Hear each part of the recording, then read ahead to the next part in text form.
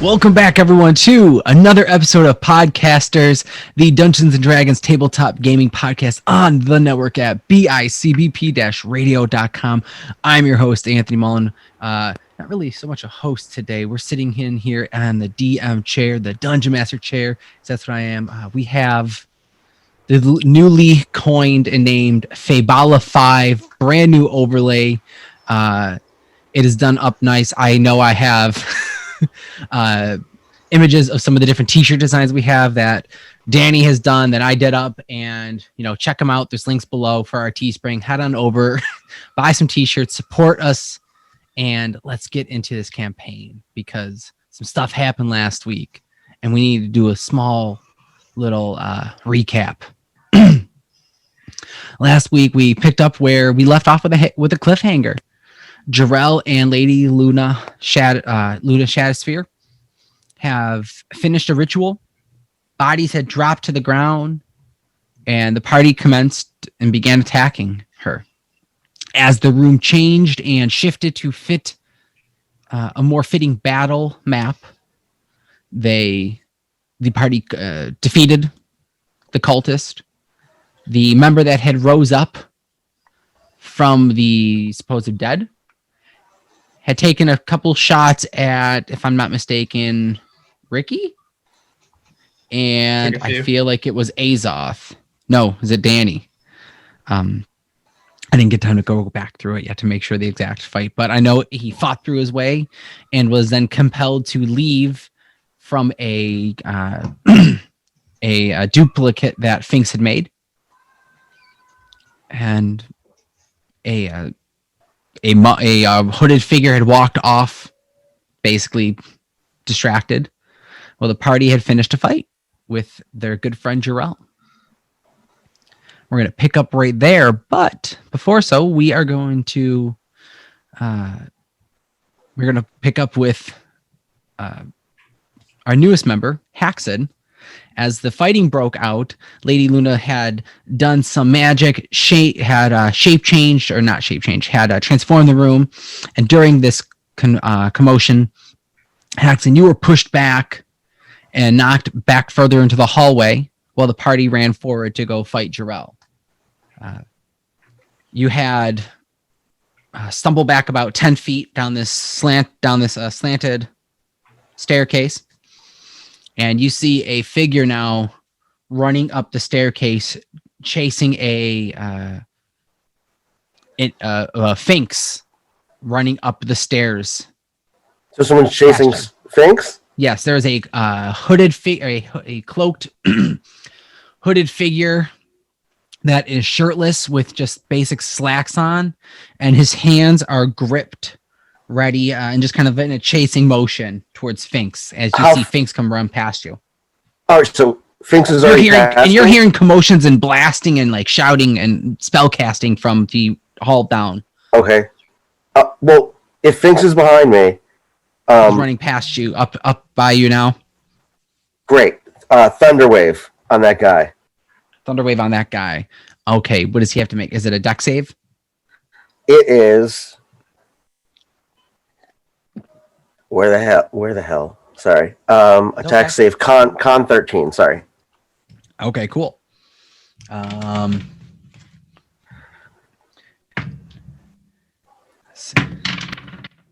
It's a 4. Yeah, that's a fail.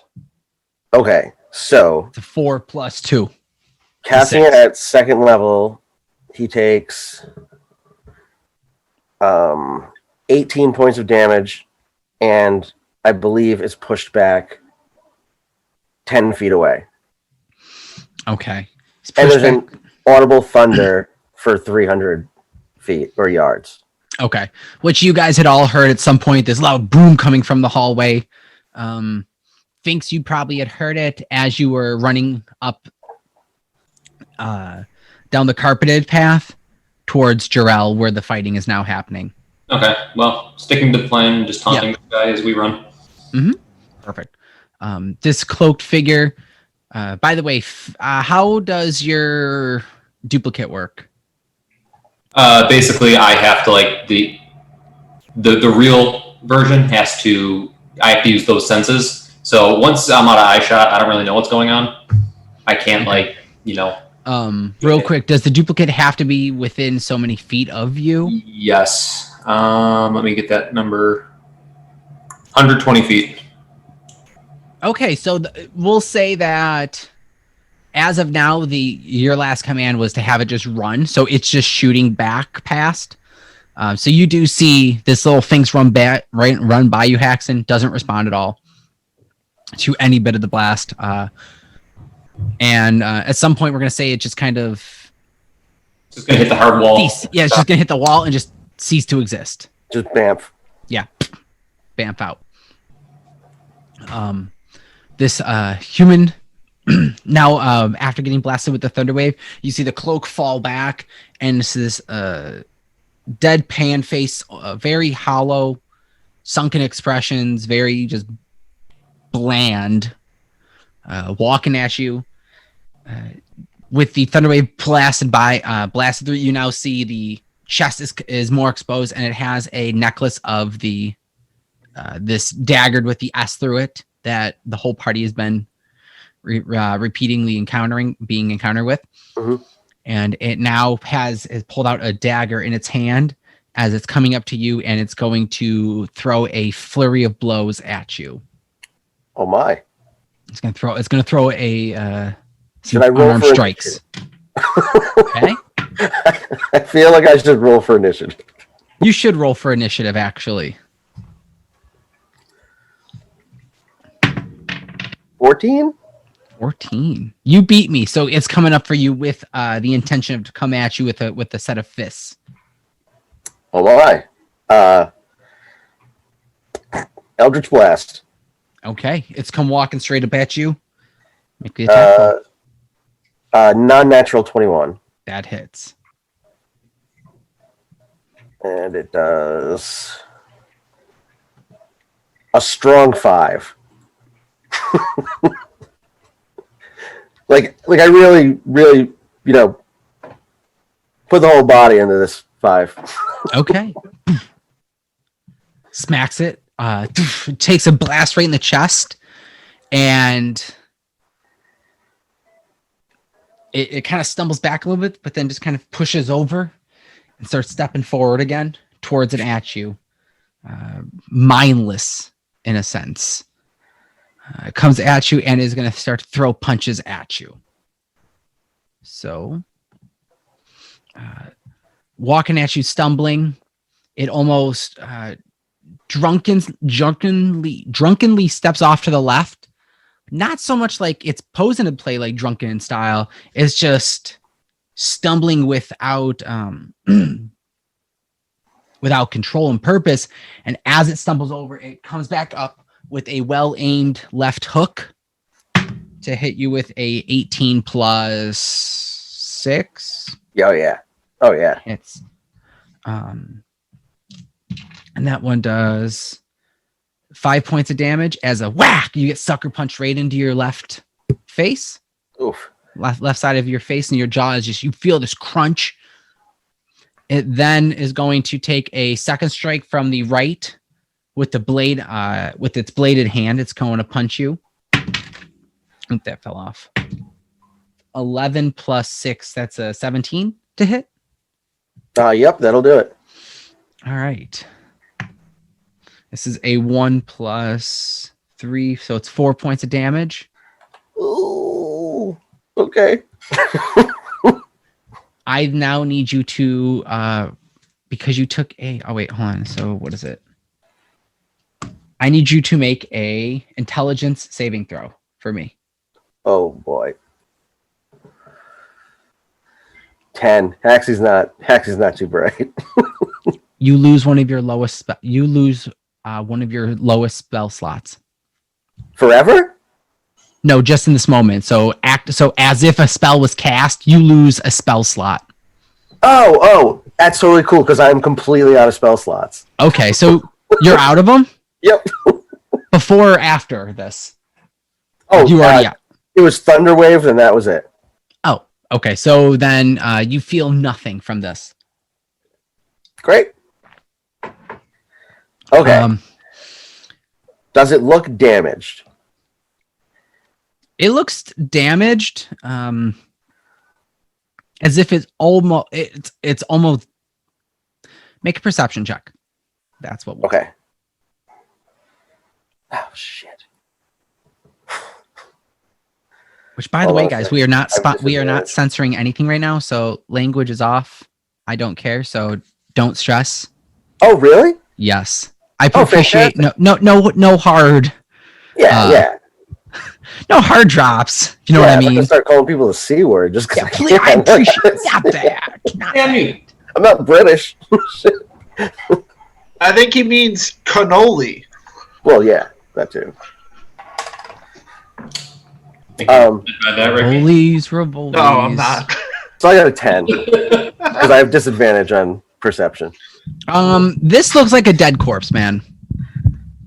All right. This looks like someone who has just died, and you're now fighting them. All right. Okay. Hold on. All right.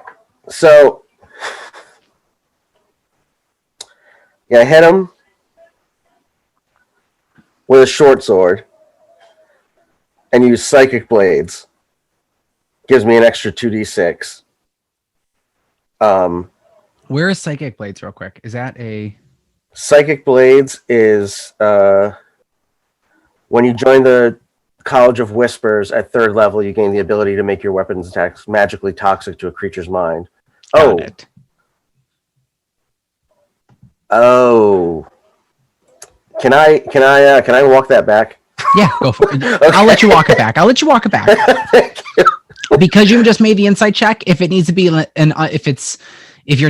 if you think this may be an undead, you would have kind of picked up on that and be like, oh, that wouldn't work. Okay. So maybe there's like a second where I'm like, oh, I'm gonna disengage and run. You're gonna disengage and run? Yep. Okay. As you turn to disengage, you turn around to run. The hallway goes black, and there begins to be this wind whipping around you, and you're able to stand still. But picture the One Ring, ethereal type. Yeah. This is what's going on. You're feeling the wind ripping around you, and you see a vestige of a cloaked figure wrapped in a almost a winged cloak, a black winged cloak that touches you by the chest as you go to turn. It says, "No, stop this perversion," and turns you around. Do as you do my will. And you're given a kind of almost a turnaround on your action. You feel your dagger, your short sword, now has, as you look down it, almost has a archangel metal like winged kind of. It's kind of like what your sword looks like. Does the second one, or is it on just one? On your main short sword hand, your main hand. It almost resembles how like the archangel's like metal wings looked. Oh, dope. Your turn. The room kind of pans back. You're now staring at this undead thing. I'm gonna hit him. I'm gonna hit him with an angel sword. Go for it. Right. Make attack roll. A 9, but a strong 9. Strong 9.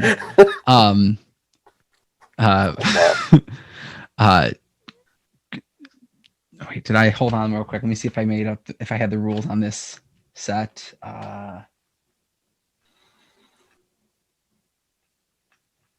Oh, actually, I'm gonna bonus action Bardic Inspiration.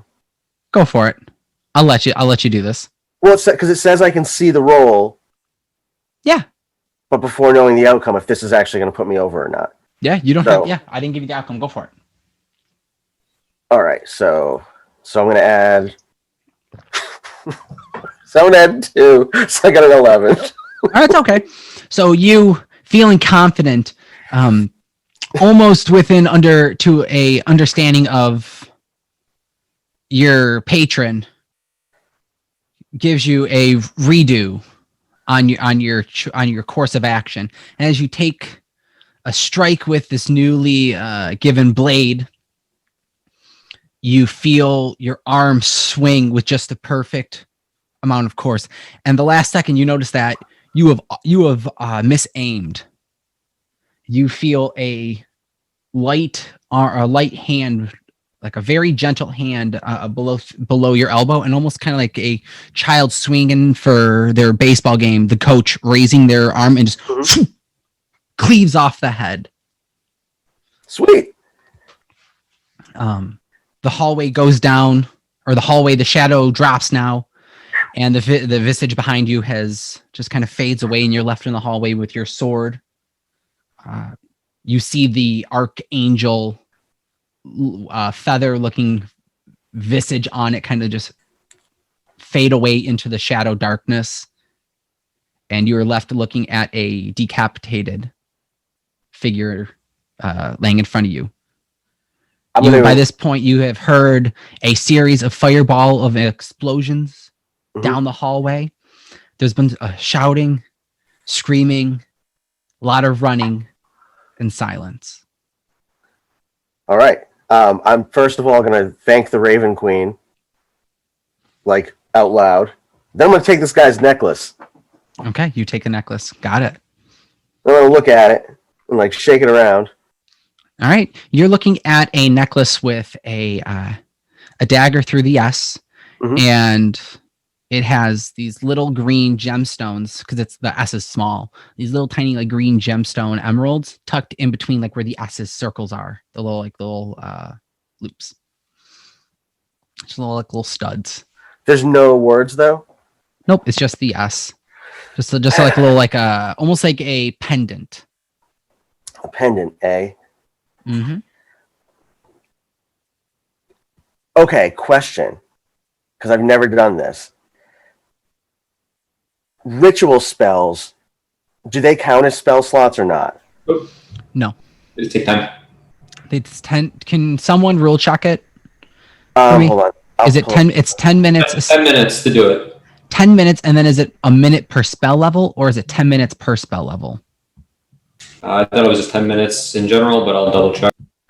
It kind of looks to me, to be honest, like it would take a slot because I'm out of slots and it doesn't give me the ability to cast. Well, no, you would have to. Does it have a ritual tag on it? It does. I got it here. Ritual version of a spell takes 10 minutes longer to cast than normal. It doesn't expend a spell slot, which means the ritual version of a spell can be cast at higher levels. Okay. So I would like to ritual cast Identify on the necklace. Okay. You ritual cast it. And this is a pendant to the spell cipher. There's a pendant of the spell cipher, specifically a gift that is given. What do you get with Identify? Is it everything? Let me see real quick. So you choose one object that you touch. If it is a magic item or some other magic imbued object, you learn its properties and how to use them, whether it requires attunement to use and how many charges it has, if any. You learn whether any spells are affecting it. So it's not like lore where you learn the history of it. It's just more or less. It's just you learn like what it does. Is it magic and what does it do? Got it. This is a magical necklace that is that has a coupling with the dagger that you can see. Both have to be attuned together. And with the power of this necklace, actually, it'd be attunement to a necromancer. Okay. It's required to be attunement to a necromancer. It has the power to, on a melee strike with the dagger, the target has to succeed a intelligence saving throw or lose a lowest spell slot. Lose their lowest spell slot. One of them. That's kind of sick. But it has to be All right. attuned by a necromancer. That's the caveat, like dark magic Okay. shit. Right. Ooh. Well, I'm going to take both anyway. And then I'm going to run up the hallway to where I heard all the fireballs that I ignored for like 9.5 minutes. So you go running up into this clearing scene. There is a does someone have the picture of the map of the battle map? Here, let me send this in the chat. I believe I do And somewhere. It's all good. I remember where we were, if that helps. Yep. No, I know, but I want him to see what he's looking at. There you go. Here, we'll do this. DD maps. Oh, Sorry, here it everyone is. watching. I am Thanks, working Tony. on the way to make sure that this isn't a thing. But you know what is a thing? Oogie Games at 2406 Military Road in Niagara Falls, whatever the zip code is. Check them out for your used, new, all types of games. Oogie Games. Exactly. Okay, I got the map pulled up. Oh no, not that map. This map in the messenger chat. Oh, it's because Tony just sent me one. Oh, Yeah. Tony did. Oh, perfect. Thank you, man. Oh, yeah. Okay, yep. Same energy. Oh, look, here, I'll share my screen super No, quick. no. Don't share screen. Don't share screen. Oh, okay, well, It's enabled. I tried. Good. So what you're looking at is this room previously, which was just more of a the small box of a room, has now expanded larger 2 dimensions. It's like an 80 foot by 80 foot with these large stone walls protruding from the floor at various angles to partition off the room. There's a back half that is raised with a staircase and a walk down carpet. There is this metal stone slab with a block of mithril looking metal and a gem on top of it now that you see the party all huddling around. If I'm not mistaken, if I'm pretty sure. I was trying to break it with the cipher dagger Yeah. because we did a few things and I now remember that it's the cipher dagger and like Okay. I touched the gem and nothing happened, but since I don't have spells, nothing happened to me. Mm-hmm. And so you see Remus is right up next to this block trying to poke and hit this gem. Finks, Azoth, and Howard, I do not recall where you guys were or how you guys were feeling. Has anyone healed up or... I have not healed. Oh, you know what? Leveled up though. We leveled up, so you guys should be at full health. All right. I personally, my favorite way to run is with video game rules, where when you level up, you yeah. full instant Spells. rest. Which, by the way, Okay. Hax, you leveled up, by the way. Oh, That was that fight. Sweet. That was that whole event with the Raven Queen. should I take it now or should I wait? You could take it now. I'm pretty sure everyone else kind of did. I appreciate if you guys didn't do... If there's traits or character powers that you feel would take a story progression, hold off on it. But Okay. if it's just spells and stuff like that, then sure, why not? I was just going to take an extra level of Bard because it's something I'm used to. Actually, I apologize. I meant second level of Warlock because I feel like the Raven Queen just helped me out. So I'm like, yeah, I'm going to be a little more devoted. Okay, there you go. Do we get all spell slots and stuff back too? Like we're back to Yep. full rest? It's kind of like video game rules that like when you level up in the middle of the boss fight and you've been holding off on it and you get like full mana, full health, and like your sheet, like everything just re-ups. Yeah. So I should take like a long rest and just bamf back? Yeah. Yo, that's awesome. Yeah. Plus, there's no combat here. You know. Okay, cool. Yet. So you guys are in this. You guys are in this room. Remus, you are poking around with this gem. Finks, Azoth, Howard, where are you, and what are you guys currently doing? I'm still with Lady Shattersphere, trying to tend to her and at least see what's going on because I want her to come back and kind of try and get some more information from her. Make a medicine check.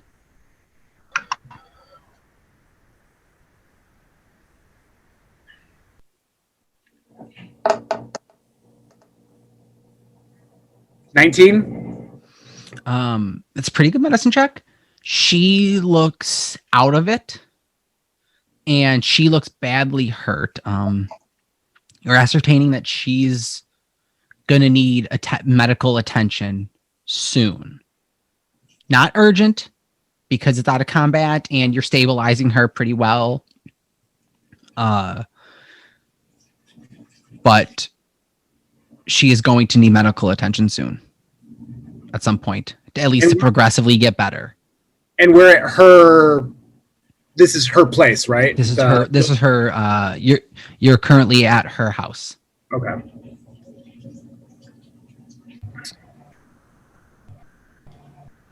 I feel like Howard would have been.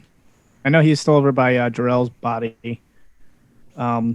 He would have still been smashing his face in, and he would have taken a second, kind of wipe the blood off, sit down over by where his head used to be, and go over the wand and see if he needed to study it to attune to it or what he felt by it.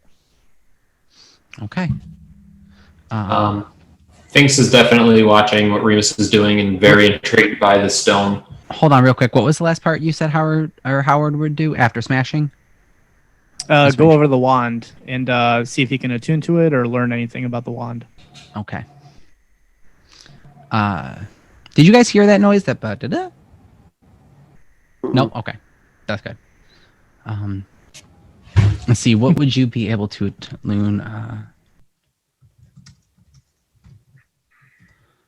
Do you have anything to learn to how to any like identification? Not yet, No. but I do have Arcana. Make an Arcana check. You could do that. Ooh, 11. Okay. You do know that this is an attunement. This is the wand of fireballs. It requires attunement. You know that some wands can be charge based and can be recharged. You know some have limited uses. Make an investigation check as well while you're checking over this. Okay. So I feel like you'd be doing a little bit of both while you're at least trying to pick up on the arcana of this. 11 again. Okay. Yeah, 11. Along the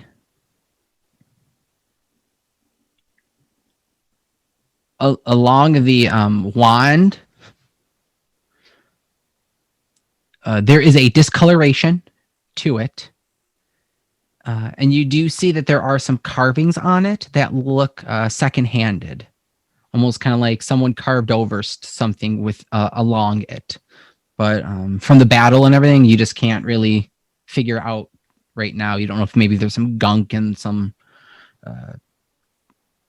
there's some like scrapes and like some damage on the wand that you can't tell what this is currently. Kind of like really, there's some finer detail that you'll have to take some time to probably clean off and figure out what it would be. Is it like more, you can tell me very vague, but like closer to language and speech or just symbols and... It's more of symbols, and it's more of vague enough I can say vaguely. It is it looks fey and fey carving in nature. Okay. You just can't there's like fine details that just with the battle and the repercussion of this battle, you need to take some time with this a little bit more to probably tell what's up with it. All right, cool. Okay. So you're doing that. All right. Haxon, you walk down, stumbling after, feeling a little bit more of a blessing from the Raven Queen from behind you, and you see these pillars as the stairs are coming down. So as you're walking down the stairs, you could see over these pillars where everyone else is. Okay. Finks and Remus are up over next to this gem. You can see Howard off in the distance. Further off near the back of the room, up near where the half-cut circle of stairs are, in the back half, you see Azoth laying down next to Lady Luna. What is everyone doing? And Ricky, yes. Wait, we were fighting her, right? Yeah. But You have no idea. You Azoth- walked into this. Yeah. You walked into the aftermath of stuff. So there's no other bad guys, just Mhm. Lady Luna? Nope. Oh, I'll say, just for description too, there are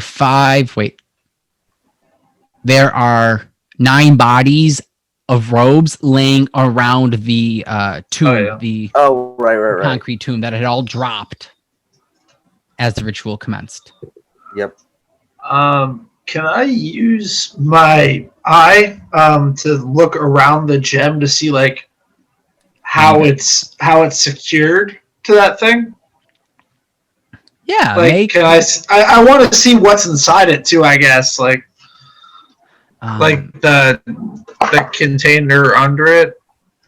kind of like within the sealed block. Yeah. Yeah, it is. You see, there's almost like this crystal is inset into the space, kind of on top of this block, and it's almost just as a magical binding is holding it. Like it's just Okay. magic energy is like kind of tension. And upon like close, make an investigation check actually to see how closely you do see.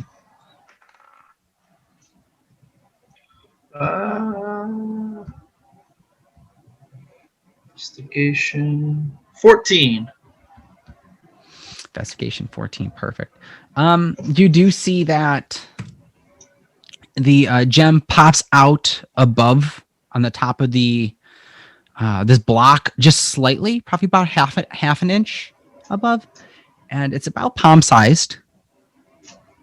It has the faces kind of like swirling within it. Looking in it with your amber eye, it's almost as if there is a magical blocking that you cannot see through. Think of like magic, just anti-magic saying, "Nuh-uh, sealed tight. No one's peering in here." That being said, looking over it, you do gain the knowledge. Do you start touching it, or are you just kind of peering over? Like, are you physically? I'm not physically touching it yet. This is all visual right now. And that's it so far, as a visual. Because I mean, I've touched it with the dagger. I don't know how much that will give me, but I physically haven't put my hand on the stone yet. What's Yeah. up, Finks? What's up, Finks? I just touch it. He touches it. Walk up to it and touch it. He's gonna touch it. This feels cold, and this feels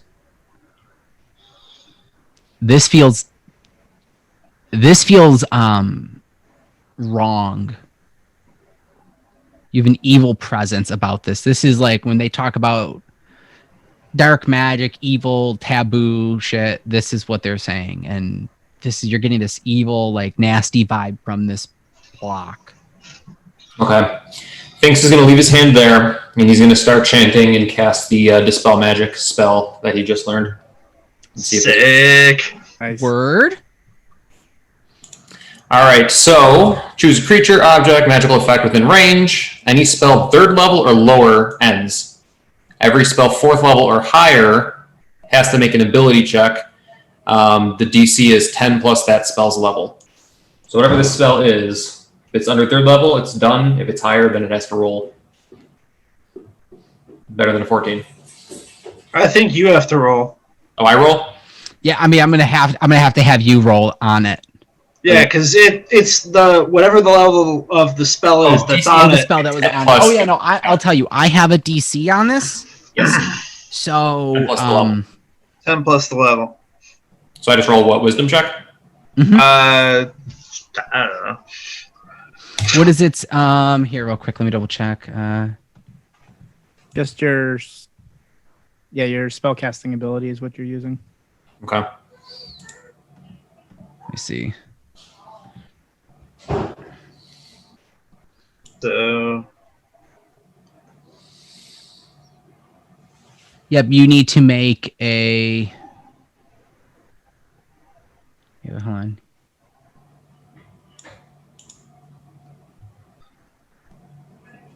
Wait, hold on. What? So on a spell. So I'm confused because what's the DC? What are you rolling against? So it's 10 plus the spell's level I have to beat. Okay, so you're rolling for it then. Go for it. All right. Finks, I think you should believe in yourself. Oh, I do. I rolled a 15. I'll give you. I was gonna give you inspiration beforehand. Oh, to try to roll with advantage. I'm giving you Dungeon Master inspiration. The whole I'm gonna go for it. All right. Curiosity. You got to figure stuff out. Okay, so second roll is a 17 plus 3 is a 20. Wait, so isn't your spell mod the stat plus proficiency? Oh, I didn't add proficiency. It'd be your. Because it's your spellcasting ability, right? Yes. Yeah. Modifiers plus 3. Okay, so that is a 20. 20 even. You feel the magic course through your hand and start to penetrate and break down the magic within this block. And it's not enough yet. There's still this cold hold of this. Was not high enough of a roll. Okay. You're ascertaining. Oh, what can I do then? All right, I'll pull my hand back. I think we need answers from the unconscious one. Does it look like I can take this, like, the stone and its casing around it off this container? Or like on the giant tomb, like on the slab? Yeah. Yes. Alright, I want to get it off the slab. Okay, and just for weight comparison, this is kind of the deceiving weight of like a car battery. So when you go like, oh, this is a square box, okay, and you're like, oh, Jesus Christ, like this is Gotcha. essentially dense. what you're picking up. You're picking up a car battery with a gem set on the top of it that is offset to one side, more of in the center. Okay. I'm gonna look at Finks for a second. Do you think it'll break if I just drop it upside down? No. Do it. Do it. I'm Break gonna, it. Do it. Can I walk up real quick and be like, "Pop, pop, pop, pop, pop, pop, pop, pop." Sure, yeah.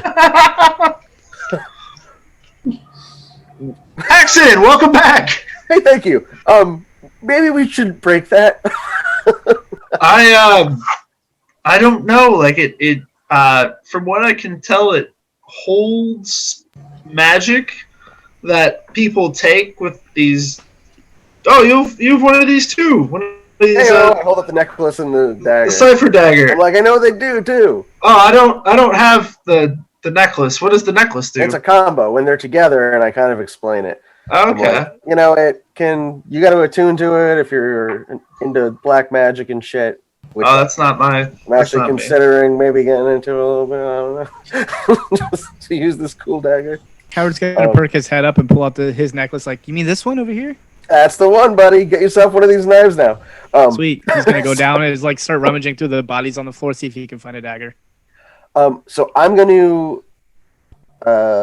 Excuse me 1 second. First level. Yes. So I'm just going to cast Identify on that thing. On this thing? Yeah. The thing that Remus is about to break. I've changed my mind slightly, but yes, Identify it still. Okay, you get hit with a rush of knowledge as Identify a bard spell? Yes. Okay. You get hit with a rush of knowledge as lore begins to sing into your ears of vanquished tales of heroic adventures in search of greater enemies to fight. And one of the greatest of all is a lich. As the knowledge soars into your head that this vessel right here is a tool used by liches to collect souls to jumpstart a phylactery. You gain the knowledge that this has souls trapped within it, and they're sucked in this, and somehow the energy is transferred from this into a phylactery. For those of our viewers at home, what exactly is a phylactery? A phylactery is is basically your Horcrux for a lich. That when a lich dies, the phylactery is where their essence goes back to, and they start to form back and come back to life. Thank you very much. That was for me, and I hope somebody watching this besides me. Great. So this rushes back to you. This rushes into your head, and like the tales are singing to you. And as it starts to talk more about the lich, Haxon, the sound, the songs and the tales begin into almost like this nightmarish kind of like horror story of tales of liches and dark doings. And this is used to start that. All right. So I have a different plan now. I'm not going to break it. So that thing has souls in it. Liches use it to charge phylacteries. All right. So here's my plan. That's all I got. Anthony? Yeah. And there's a lich. Can I turn the gem into coins? You have no idea on that. Can I all right. I will try. You want to just I don't whatever my ability is to do it to some sort of person, I want to try it on this stone. Got it. If not, this is about the size of a wait, hold on. This is about the size of a card battery, right? Exactly. How big is that pocket in my side? I mean, coin sized. Oh, so I can't just shove a card battery in there? No, it's not bag of holding style. No. I can't just stretch it. No. He wants to get real close to the gem and start looking inside, see if he can see any of the souls. I'm gonna pull him back. You gotta see. This is he can see, but I don't want him to get too close. I don't want him to touch it. I'm able to touch it. I want to get that. Yeah. Perception check. Oh, natural 20. It's 23. Okay. You see faces swirling up to the glass of the crystal where you drive, and you see them go, and then ones come flying in from up here, and you hear the screaming, help! And they come swirling around, whirling around. Anybody I recognize? Make a history check with disadvantage, because we'll see if anyone you recognize. 6. No, man, their souls kind of all look the same, at least from this view. For help. We need to break this thing. I would like to try to intimidate the souls to come out. Intimidate away. Unless, I mean, Remus, what are you doing? How quick are you trying to do this stuff? I'm trying to do this after Fig's eyeballs the shit out of it. Okay. He is once I get him back, I'm gonna try and wave change it, because that's how I imagine I do this. You wave change it. You hear the drop of a coin, and you can hear the cha-ching. The gem is still the same. It looks a little bit more duller now. Okay. And you're turning souls into money, you dummy. What are you doing? The box is now, if you kind of were to move it in the process, you hear there's almost something within this. Oh, it's in the gem now? No, it's within the battery. The coin is? There's something within this box. Changed the soul in the box into a coin. Wait, it's a real box now? Yeah, there's something within it. It is heavy within weight. But I can open the box. See, possibly. At first I thought it was just solid, solid. Oh yeah, but stone. the top of it, it's heavy. It's a block. It feels like heavy solid. You have done no investigation around it or. I looked through it. There's two parts, dude. You got the gem, and then it's inset in this box. Exactly. You literally just turn this box. You're looking through the gem. You're seeing souls. I thought I Just looked in the turn box the too. money. No, you didn't open the box or look on the box. Open the box. All right, I want to look through the box. Okay. I'm not opening the What's in box the yet. I want to box? see what's in the So box. as you first. start to investigate this box and start to peer around it, it is like I said, it's almost like the car battery in shape, almost like a half a foot, or it's a foot in width or length, half foot width and half foot height. The top is sealed to it. Now looking kind of looking forward to see if there is a way to open this, if there is, and there is a very faintly sealed crack going all around the top. I would like to open the box. Make a dex. Let's see. Make a dex check. It's gonna be very, very hard because, like, it's almost kind of like there is a crack between where like the lid is placed within this box, this container. Can I? But it is like paper thin. Like it is like the concrete slabs on concrete slabs. It's perfectly like fitted. Would So I it's- be able to use my thieves' tools for this to add proficiency? Sure. Yeah. Sick. It's a high DC. Thanks. Do you believe in me? I always believe in you, Remus.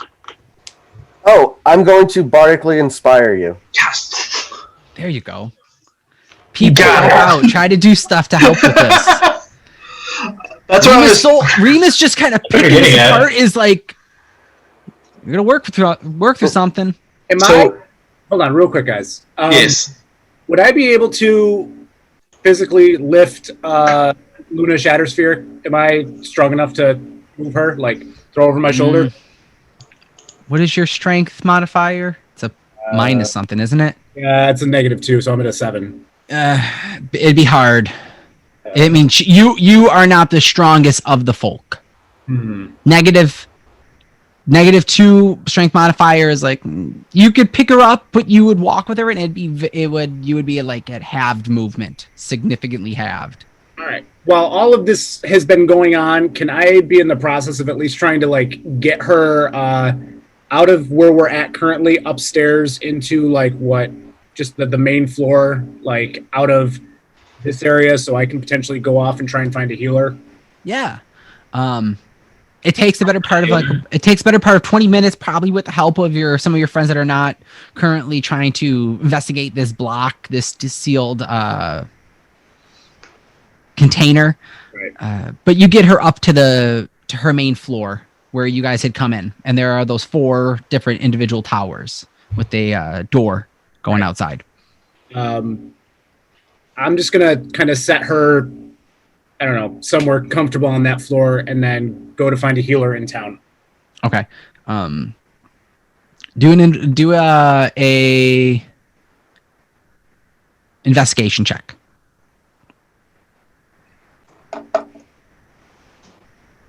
What are you 11. looking for? Kind of who are you specifically, or I know you don't know anyone specifically, but kind of like what kind of shops or places are you?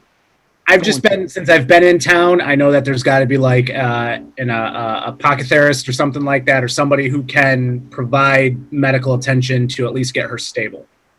Okay. So you start heading out, Or to and give me the things that I need that I can do it because I'm druidic, so. just to kind of stabilize her. Mhm. You do find a apothecary shop. It is just a very simple, basic, common everyday resources and materials for your basic potion brewers and herbal remedies. You go in. It is there is a half elf working that is very meticulously counting all of their items in their inventory in the back shelf as you come in. They go, "Oh, hello." It's a older looking half elf male with a balding in the back of his head. As you see him turn around, he's got these glasses on. And hi. Can I help you? Yeah. I explain to the shopkeeper that I am in need of some aid for a fallen lady, Luna Shattersphere. I am a druidic member of the Order of the Oak from up north, and I am in need of materials to provide aid to her. Lady Shattersphere. Oh, I can provide some basic assistance right now. I'm really not the best to do full on clerical treatment. You probably want to take her to the divine stacks. I'm sure the daughters of knowledge would be able to help you heal her to full capacity. But here, let me see. And he kind of goes back between his shelf and starts pulling out a couple remedies, a few natural herbs and salves that kind of to patch up on her cuts and bruises, to some oils to try and like wake her and bring her to a little bit. Now this won't bring her back to full health or full consciousness exactly, but this should make her easier to travel with, to bring her to medical greater need. All right. I thank you for that, and I also that'll be 3 gold, please. I tell him to put it on Lady Shattersphere's tab that she will be paying for this. Oh, she hasn't been here in a while. I'll add that to her tab. Thank you.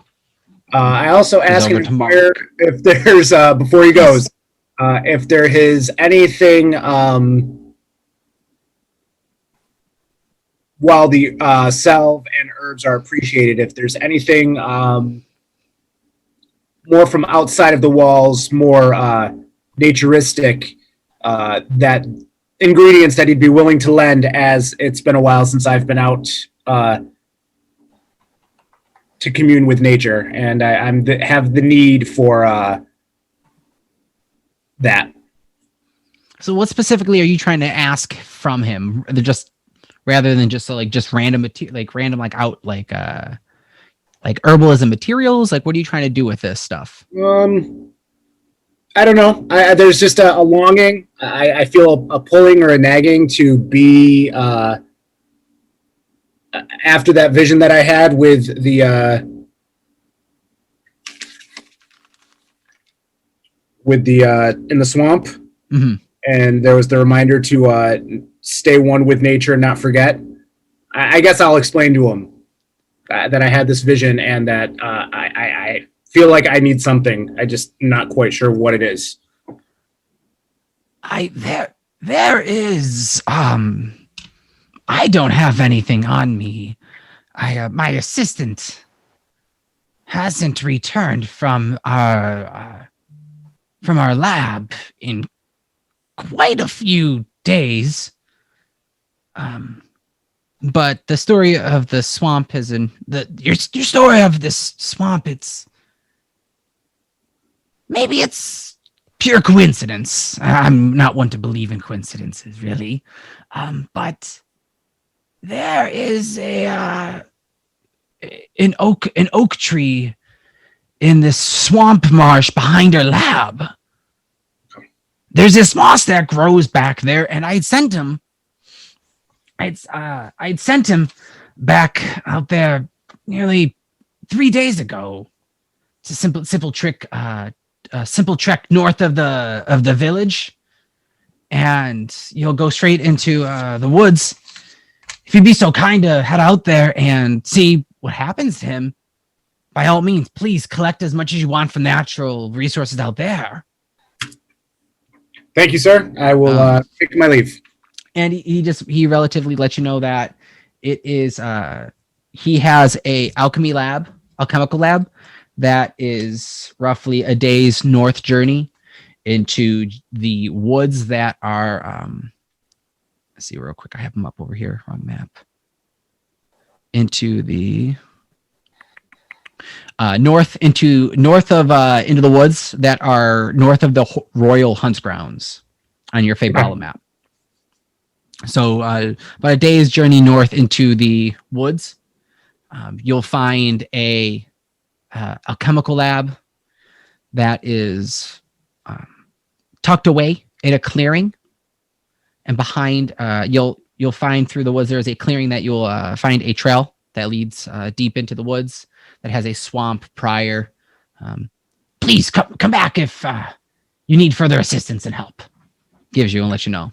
I could tell you're in a rush. All right, and I'll head back towards the Shattersphere's house. All right, cool. So you run over to Shattersphere's house. You've got your salves and medicine, some natural remedies. Okay. I'm tending to her. Yep. All right, cool. So you're tending to her. Now they can crack open the battery. Good for it. All right, so what are you guys doing? I don't want to be wrong for that. I thought I was making a thieves tool check to Thieves tool check. pry open. Yes. Make thieves tool check for me. You're bardically inspired. What does that mean again? You got a 1d6. All right. I also believe in you. It has no effect. Damn it. Me too. Yeah. I'm gonna add that d6.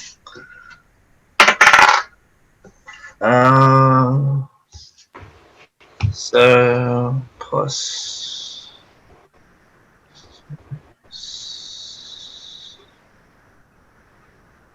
21. One. As you begin to crack, and what dagger? How are you cracking this open with the thieves' tools? What exactly are you doing to kind of? I have a set of this. I have like a set of lock picks and like files and stuff, so I would assume just like prying them open. So kind of sliding them in. So this metal, stoned, slabbed container, heavy as hell. Upon the close investigation, you found a slight crack at the seam of where a lid is placed on it, and you are taking your time with your file and your thieves' tools, kind of popping them in, wedging them in, twisting them a little bit, popping them in, wedging them, twisting them a little bit more. Start using your psychic dagger to kind of slide them around, and you're starting to crack the seal on this container. You feel there is a faint, this negative energy, this negative magic, this icky feeling. Like really, you're feeling this come through as you're working around on it. I'm gonna stop then. Thanks. Like it's the same feeling that Finks that you guys kind of got from being around it. Just as you're up closer on it, it just feels like it's more intense. You need bigger tools, and I handed my mace. No, I just got a bad feeling about this. Oh, but we have to do it. We have to know. Why? I don't think anything's inside. There's something in there. I saw it. I don't think it's good. It doesn't matter. There's something in there, and I want to see it. What's the worst that could happen? I don't like it. Back me up on this.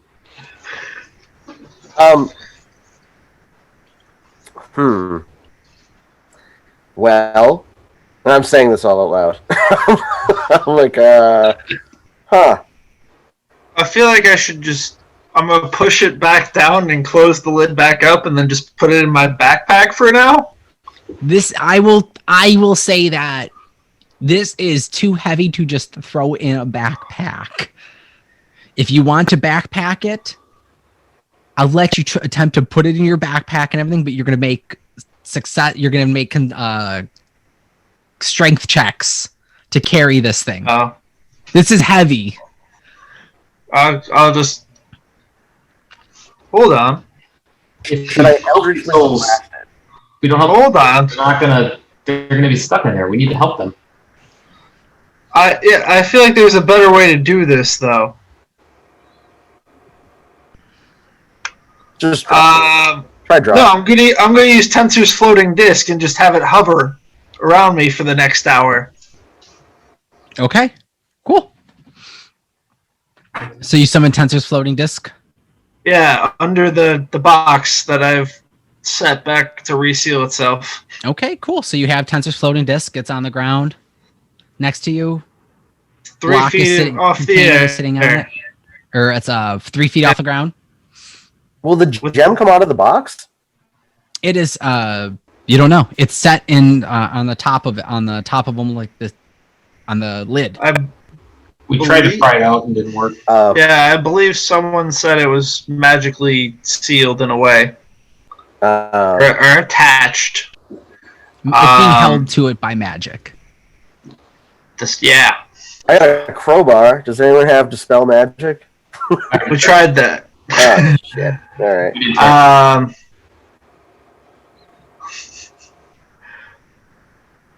right. All right. I want to probably break it. I think we should do it somewhere else. Do we want to do it in the dark room? At the house? Oh no, that seems like a terrible idea. Why? Because then we won't have that house anymore if we need to vacate. That's our house, dude. We're not. What if we make an appointment and we take it to wherever you went? No, I'm not doing that. I'm just not doing that. What if I go? I mean, why don't we just blow it up right here? Okay. This place is awful. I mean, it's someone's house. How long are you guys having this discussion for? How long are you guys waiting for this? I mean, we're just It's roughly, it's been about 25 minutes or so. Open it. I mean, I will do it if you do not want to do it. well, no, I have to re-pry it now. Well, I still believe in you. All right, thanks. I assume I still have guidance. Do I need to make another check with thieves' tools? Or how long does, I mean, can't you just pop guidance as a cantrip? Yeah. Do you want guidance? Sure. Guidance. No, it was bardic inspiration. That's what I had. I don't know how long that lasts for. Yeah, you guys you'd have it still if you haven't expended it. Okay. I guess I'll re-pry it open. All right. Hey, Anthony? Yeah. I want to cantrip Mage Hand and just send it over to Remus and just be like, I don't know if you need help. So I don't know if that'll help at all, but What can it do? What can't it do? What are its limitations is the question at hand. says you can use the hand to manipulate an object, open an unlocked door or container, stow or retrieve an item from an open container, pour the contents out of a vial. You can move the hand up to 30 feet. Okay. It doesn't attack, activate magic items, or carry more than 10 pounds, but maybe it can help you. I guess I'll pry it and then we'll get far-ish away and then we'll have it open the container. All right. I like that plan. Okay. Oh, God. So you all back up away from it. Roll with advantage because of the mage hand, I'll say. This entire time, by the way, Howard is going. Yeah, where is bodies. everyone and what's everyone doing? I was gonna say Howard is going through bodies looking for a dagger while this is all going off. So if something explodes and I'm in the way, it's fine. Got it. I'll say each make an investigation check real quick. I got a 19, by the way. 19. You start That's still diving in, and you are getting there. You're making progress of it. It is not fully in yet, and your tools are kind of like working your way through. It's going to take multiple checks. It has a high DC. I feel like once I got it far enough, I would use like a dagger to get more leverage on it, and then like try and keep ascending to like a short sword. Okay. If that makes sense. What is? Yeah, no, that makes a lot of sense. What are you? What dagger and what weapons are you using? Like, so what are you doing exactly? Are you just doing psychic daggers, or what are you kind of pulling from here? I'm just using a regular dagger I have on me, Okay. not like the cipher dagger or anything. Okay. Do you have a basic dagger? Yeah. On you? Okay. All right. You use a basic dagger, start prying and pushing it. Make another check. I rolled a 14 on my investigation, by the way. You find two daggers. Sweet. One of them is a basic dagger. The second one is one of the spell cipher daggers, necromancer, all that kind of stuff. Same kit and caboodle. On the handle of the dagger, the pommel of it. No, the pommel's at on the pommel's here. This part, The this hilt. part, Oh. the hilt. That's what it is. On the hilt, Yeah. there is that S on it with a corresponding emerald gems within the circles, of the S's, the little space. Sweet. What's your check? I got an 18 that time. 18. You're starting to push and make way with it. This is a very delicate. With every move of sliding of the dagger, you can feel, you can just feel energy. You can't really tell what it is. It's kind of a mix of feeling of like kind of how your psychic blades feel, almost like you're cutting through that as you're pushing and prying your way around with it. But it's taken time while you're cutting and moving and pushing your, like pulling the lid up. Slowly, it hasn't fully broken open. So as you go to pull it up, there is like so it's not just like the lid is open and you could see in it. It's like the lid, and then the lid dips down. So like there is almost like a. Well, yeah, I would figure after this one, I'm backing up, like we said, and we're just gonna have the mage hand pull it open now. Okay. So you've kind of started to break it. It hasn't broken full all the way, but you're slowly starting to lift it up where you're almost there, but it's still more checks. I turn to Remus. Okay. I say, I think I have an idea. Lower your tensors. We'll put this box on the floor. Mage hand still has the thing, right? Yeah. Summon the new tensors and send it in and use it like a lever. I can't do it like, well, You just kind of wedge it in there while the maid's hand's like holding it. I believe I can only do it once. Can't you just slide it out? Can I? Ooh. What's up? Are there like, are there ridges? Like, is there, because you said there was like a line. So does it go in a little bit? Yeah. So here, let me see. So I'm going to lower it like Haxton suggests. And then I'm going to go on the outside, put the tensors between the lid and like the little gap I've created, and just try and raise the lid with tensors disc. Yeah. Yeah. And the mage hand will assist you. Yeah. So we'll have the disc on one side, mage hand on like the other three sides, hand in it. Physics. Okay. So I'm going to show you. This is kind of how it roughly looks. So Yep. This is where the block is with the lead. As you go to pull it up, you see that around it, it also is like indented. Yeah. So we're gonna use the disc and tensors disc and mage hand to try and Wedge it. pop the lid. Go under the lip and just lift it up. Okay, so give me a dexterity check. Give me a final dexterity check for kind of lifting the lid with the mage hand and kind of holding it and getting it there. The final lift. Me or Remus. Yeah. You're about to grab you're about to do the whoever wants to, I'll let you do it. Just one of you guys to make a dexterity check for the mage hand, and then make a dexterity check to see if you can cast tensors in time to catch it and have it be so. It's already up. I'm dropping the box, moving it over, and then just like going up. Yeah, but so when you go to drop it, mage hand can only lift 10 pounds. So the minute you drop tensor's disc, or are you moving tensor's disc? Tensor's disc is just holding up the box right now. Correct. So I'm lowering the box to ground level, moving the box or the disc to the side, going up the side of the box, going in the lip, and then trying to pop one side with the hand on the other. Okay, so here's the thing: is you can't raise tensor's disc.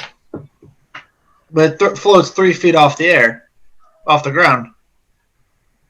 So can you It can go up and down 3 feet. It's not like up and down 3 feet? That's what it is. Okay. Yeah, we could say that works. So make the final dexterity check for the mage hand with it, and then make a. We'll say that then that works. We'll see. 22. What is it? 22. 22.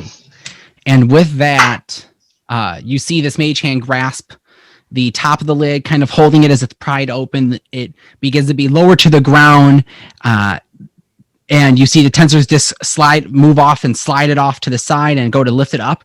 And as it is cracked, you all Everyone within a 5 foot of this, I need you to make dexterity saving throws.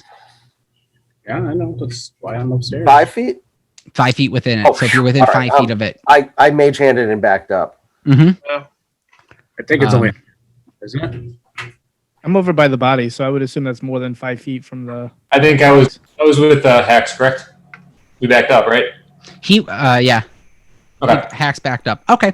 So we'll say, Remus, did you back up or did you stay up close to it? I was about 25 or 30 feet 25 away. feet? Okay, cool. So as this blast of energy shoots out of this I'm box, sorry, 20 feet.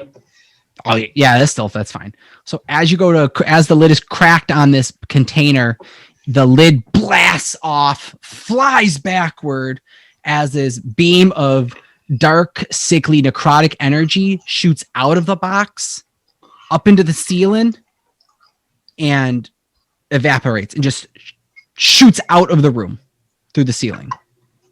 It doesn't make any like blasts or any holes. It just kind of like energy just phases out and beams out, just Power Ranger style.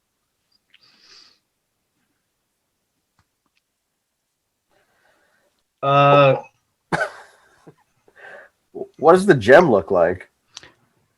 You walk over to the lid, picking it up. The lid is this heavy, probably weighs at least 20, 30 pounds of just this metal concrete that has this blue veins running through it of mithril. Flip it over. The lid is actually cracked, and where the gem is, it is spiderwebbed, shattered.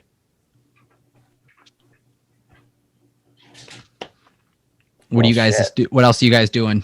I walk up and look for the coin.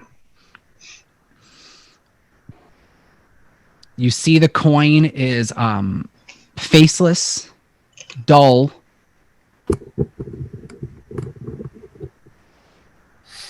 I pick it up and put it in my belly. This is an ordinary coin to you. That's fine to me. Anthony, can I investigate the gem again? I want to look for the souls. Yep. So here's the other thing. So as you opened up as you looked in this sealed container, you do see two things. You see a bag of you see a leather pouch that is like zip tied shut with almost this leather cording.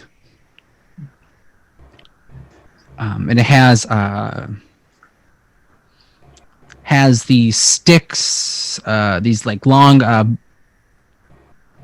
hollow kind of like figures or sticks or bones or something inside this pouch.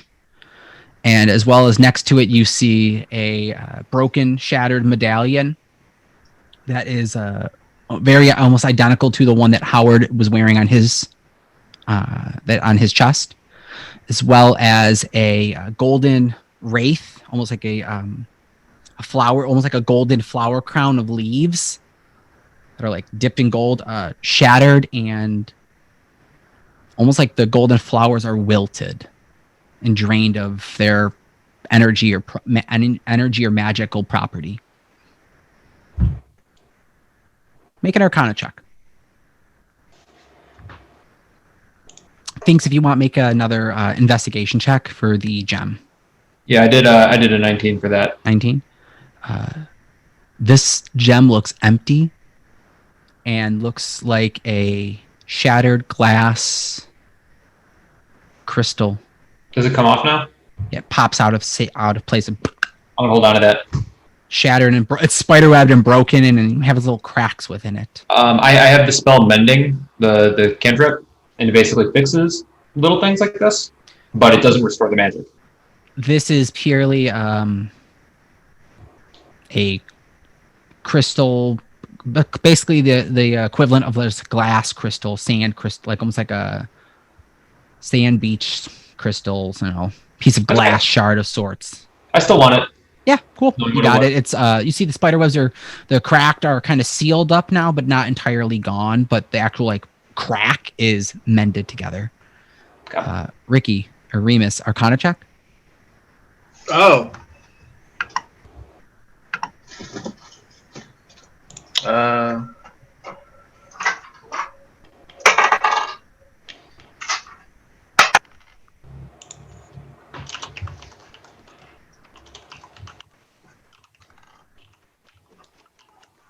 That's going to be a 16.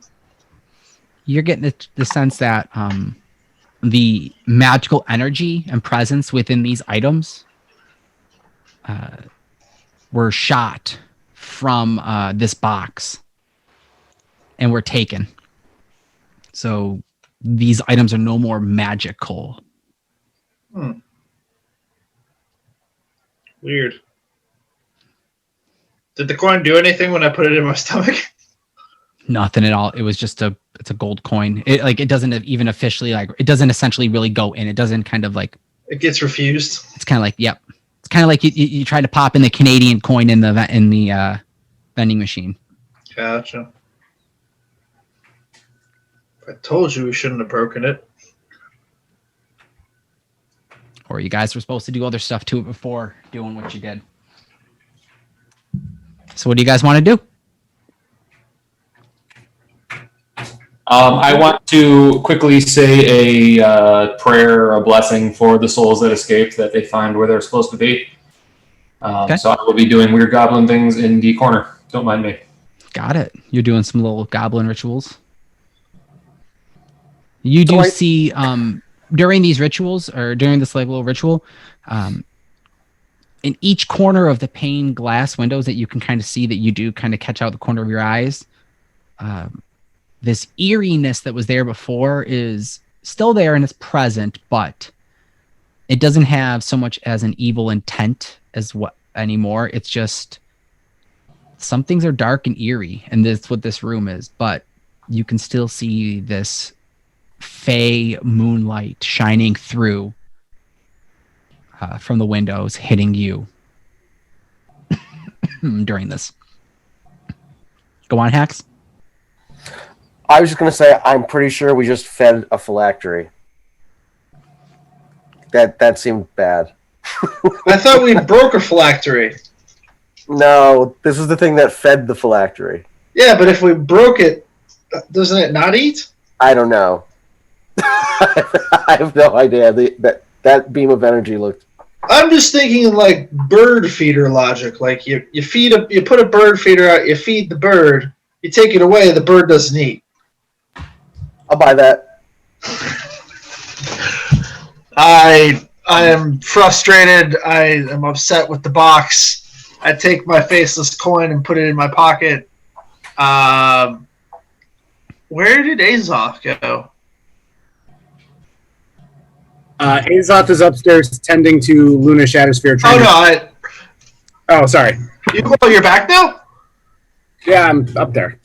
Yeah, you carried her up there, and as you're using the salves and oils, wow, you're able to, like, one of the oil rubs is kind of like almost like a Vicks, kind of like this really menthol-y smell.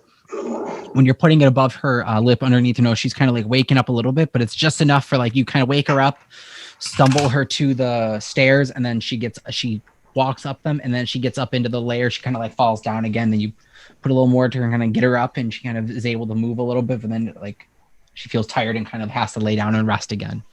But she's not responsive as far as answering questions. She is just zombie walking her essentially. All right. So I'll head back downstairs. Okay. I'll ask him what happened while I was gone. Tell him she's upstairs resting. Hopefully she'll be able to answer any questions soon.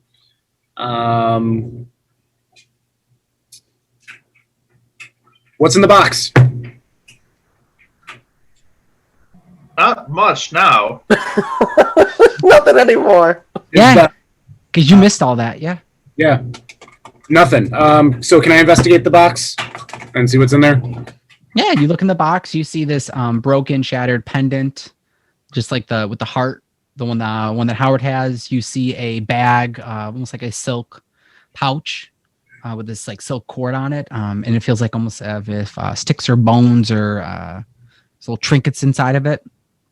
Okay. And you see a golden wreath flower crown that. Do I recognize the crown? This is what you came for. Oh, shit. It is wilted. The flower petals dead. The gold has lost its luster and shine. And it even has like it's starting to de-petal and like the leaves are falling off of it. Okay. It's kind of just a little bit of thorns now. I hold it up and say, guys, I think I messed up. This is what I was looking for.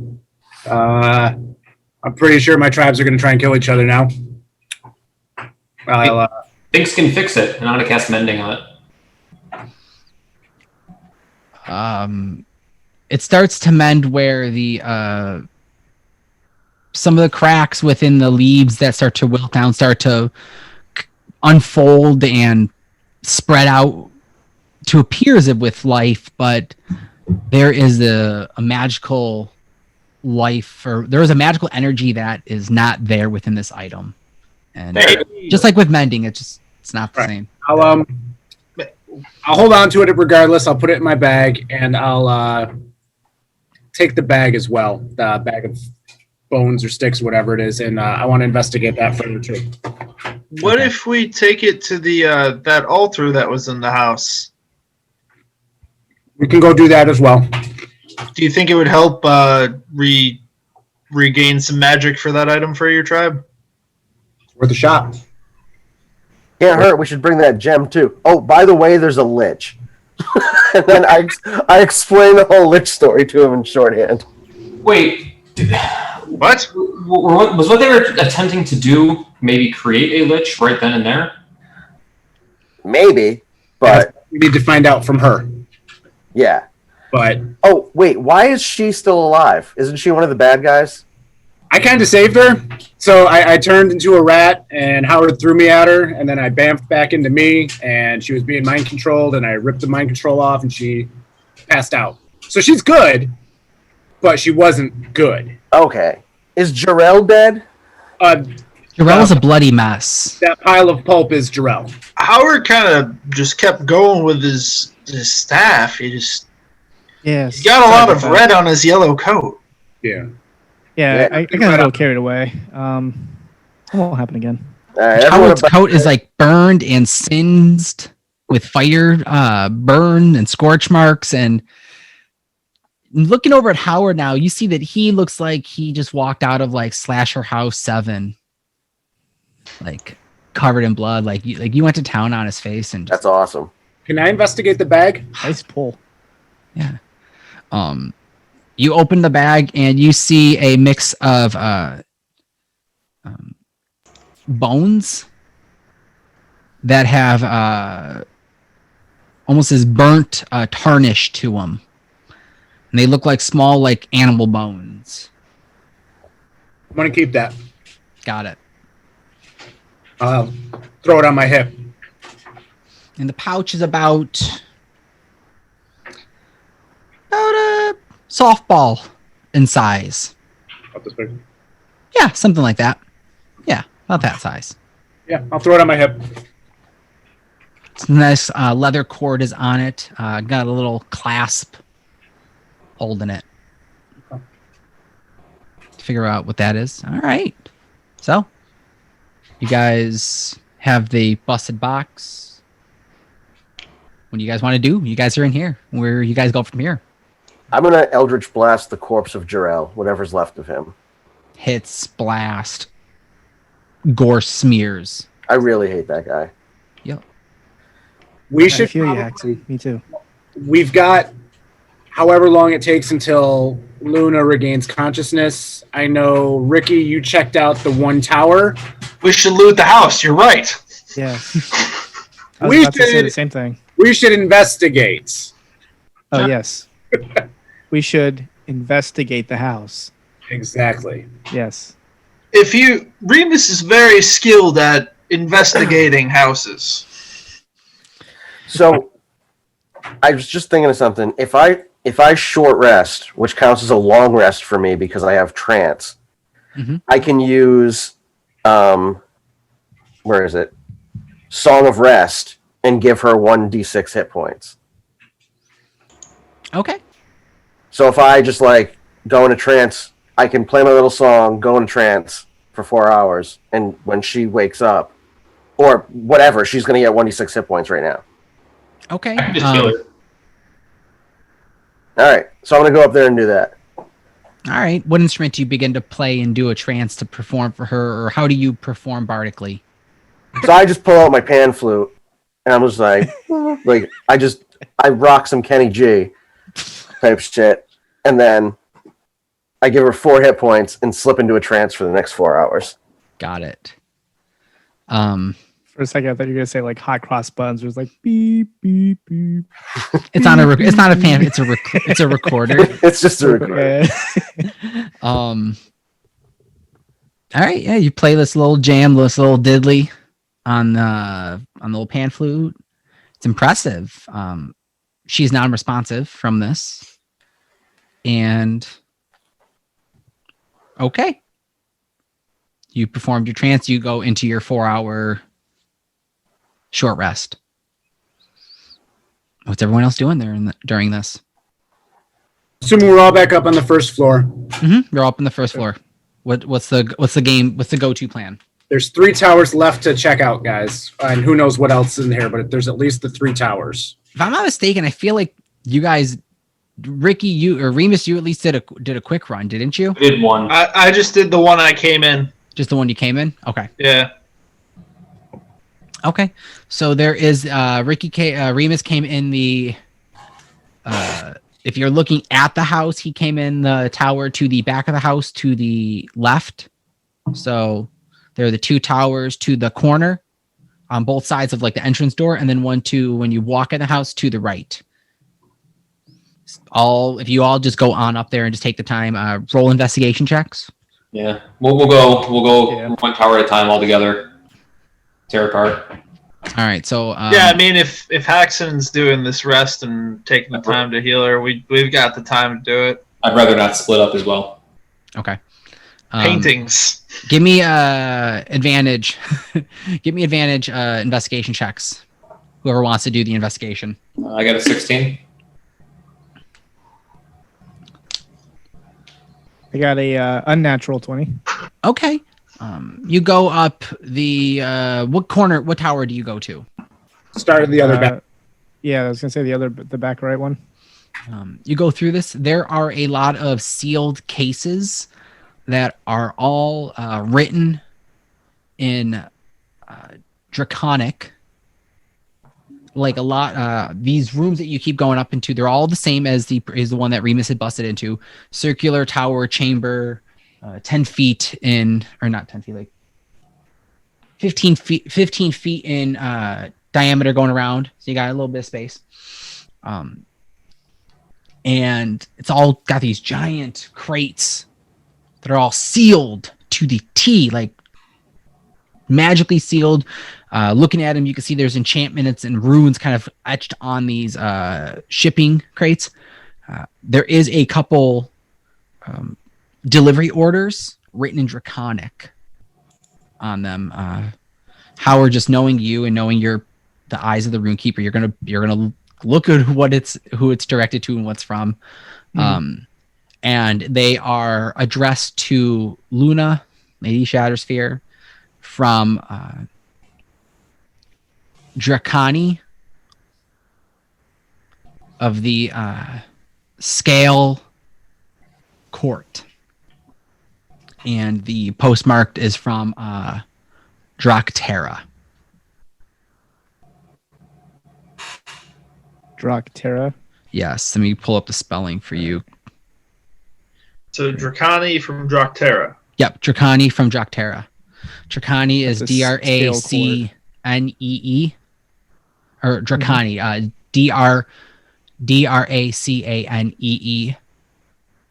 Dractera is Dractera. Okay. And when I say scale, the Scale Court. All right, what does every manifest say in Draconic? No, I'm kidding. I'm not gonna make you do that. A lot of it is just basic stock supplies that are just I mean, if you're looking at it, the majority of it is all a magically brought in. It's dragon manure for the majority of it. It's just kind of like shipment for ingredient materials coming in. And then there's a couple that are unmarked that are just from her. All right, so I'm going to tell everybody it's basically dragon shit, and not sure what these ones are over here, but these are all addressed to Luna Shattersphere, and I have a feeling like they might be better use with us. These are giant, like these crates that you're looking at that are addressed to just that are unmarked of what they are. They are roughly 4 foot in width, 5 foot high crates. Like these are huge, giant delivery crates. Okay. So I'm going to walk over to the one crate that's unknown. Okay. Or somewhat unknown. And kind of look at it. Can I figure out like the runes, if it's Make sealed magically or what? I'll let you do either a history or a arcana check. All right. I will do arcana. That is 19. 19. These runes are marked with warding of protection for eyes that are not meant to be seen by. So kind of like unless you're the person that's dressed you, you're not gonna be able to get into it. And they look pretty heavy duty. All right, so I think there's something in this particular crate that's not meant for us to see. So I'm actually feeling quite loved by my patron somehow. I'm going to dispel magic on the crate. All right, go for dispel magic. You're gonna have to make a roll against it. Because what level are you casting at? Well, I just do with my attack DC, and then whatever the level is of the spell on the crate. If it's 3rd or lower, it's dispelled. Mm-hmm. If it's 4 or higher, then I have to roll that plus the spell level. Got it. Go for it. Yep. So I rolled. 1 second. There. 17. You don't see a difference to this. This still looks like it's got some magic aura around it. Yeah. Okay, we'll have to table this one and come back to it. Okay, mark it. Go to market. Actually, I go to market, but then like midway through, I stop. I put that plain dagger away, and I grab out the siphon dagger, and I stab it. Does it drain any magic? Drain the runes. Drain the Not runes. that. Not if anything has happened, you do not perceive it. You would not know. I would assume that you would have been told by the party that you have to attune to the dagger and the necklace, like the attunement requirements to it. So you can use the dagger, but it is a necromancer requirement. I'm still gonna make a marking in there. Howard was here. Do it. Okay, you do that. The other towers. Go to the other towers. Make investigation checks for the 2 different towers real quick. You guys, whoever wants to do them, do it with advantage, or 2 people roll. Take the higher of it. Someone call it out. 17 for my first one. That's with advantage. 17 with advantage. Okay. With the 17s, nothing in the next tower. Same thing. Very familiar. Packages, shipping. She has a lot of products. The second tower is not from Drakterra. Instead, you see that this is a package from Mestafar. And in the one tower, when you walk into the house to the left, and all the packages are listed from Mestafar. Again, same highly warded, don't open style. You do notice that there is persistent, chilled, almost like a snowy snow, like almost like a snow petals, and like just faint layer of snow is on top of the boxes.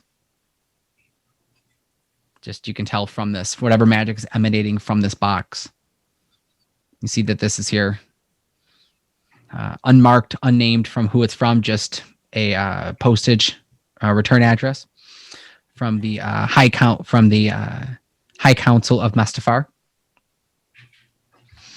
And then in the final room, if you guys want to do investigation checks. I rolled a 19 for that one. 19 for that one. This one is for a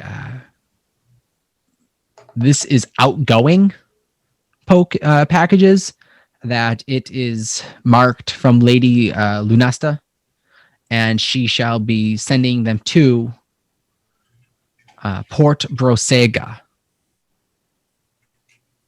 And just walking into this tower, this is there. You can take in the aroma of spices and the herbs and incenses of a Caribbean type in style, where it's this Chilean spices you're getting from this package. You can smell this, like whatever's in these boxes. This is ingredients or possibly food. Who knows? But you're going to be He's shipping that making out somewhere. Bombs. The bomb idea. is in the pie. So we can't attempt to open these, or something bad will happen if we do? You can attempt to open them, but they are magically warded. So like if you want to open them up, the DCs are high. No, These I'll are take a shot at all this like one. wooden crates, sealed completely, markings with kind of like a fragile. This side fragile. This side up. If you see it written in common, these big giant 4-foot crates in width, come off the ground 4 feet. Some of them Remus, I think you're larger. onto something. There was dragon shit in the other box, and if they're mixing it correctly, I think they're trying to make some napalm or some kind of Making bombs. Weren't there explosions the day you guys all got attacked? There were. I think so. Yeah. Sure. Yes. You guys do recall that there was a series of explosions on the day that you guys all were collected and brought before everyone in Brindspell. There were explosions in the distance. Anthony, how do you said this is outgoing mail? Mm-hmm. Is it just like written on the crate somewhere where it's supposed to go? Yes. It is written on the top, kind of like on the top of, not even just on the top of them all, on each crate in various places, just kind of like wherever it was slapped, there is almost a glued parchment of like a manuscript of kind of like a postage stamp address, like to, from, contents if it's listed. So what I'm getting at is you can change what's written there. Yeah, you could. I mean, you'd have to erase or correct what was already written, but I mean, you could easily write something different. And we do have a permanent address at that estate. I'm just saying, if we want anything sent to us that's here, maybe we can get it to that house. I do like our house. Our house. I too am growing quite fond of it. Do we even know the address to our new house? It's I forgot the name of the family, but the estate. It's at 2406 Military Road, where you can also find Yugi Games in Niagara Falls, New York at 14304. Head on over there. They are one of our sponsors for podcasters, as well as the other podcasts that come out of the podcast precinct from the network at bicbp-radio.com. Head on over there, get some video games, support local shops when you can, and yeah, guys, check out Yugi Games, 2406 Military Road. Back to this. You do not know the address, though, of your house. nor have you spoken. Why do you say it like that? It's our house. All right, I'm just gonna cross. It's our house.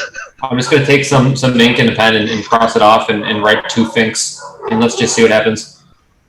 Okay, so you write this on this. How big of a box? What box are you looking for? Is there anything specific? You guys are in the spice room. So any specific box you're looking for? Is there there's boxes of various sizes, crates, anything like any spells specifically you're looking for? What are you looking for? Free stuff. Random. All right, cool. You find a hefty looking box, about 3 foot in width, and it is 5 foot tall. There is a label slapped right in front of your face. It is addressed to Lady Luna, or it's addressed from to Lady Luna, and it will be shipped to the Port Prosega. What do you wish to do? You wish to address it to Finks at Port Prosega, or are you going to try and alter this? What are you trying to do? I'm just gonna put like attention Finks underneath Finks. the port. Cool, sweet. Let's just see what happens. I don't know. Sick. Someone's going to get a package, but what the hell? But should we do things, or should we address it to the Faybala 5? Get your own box. So you walk over on a different package, Faybala 5. Okay. All right, you guys are up here. What are you guys doing? Checked it. There's nothing of magical value to take or steal if that is what you're looking for. Yeah, I'm good. Short answer: there is nothing to take from this. So you guys have. She doesn't have a treasure room in her house. Not yet. Not as. She's a lady. Not as of this. Let's go back and check. She has an official title. How dare she? She's a poor person. Boo.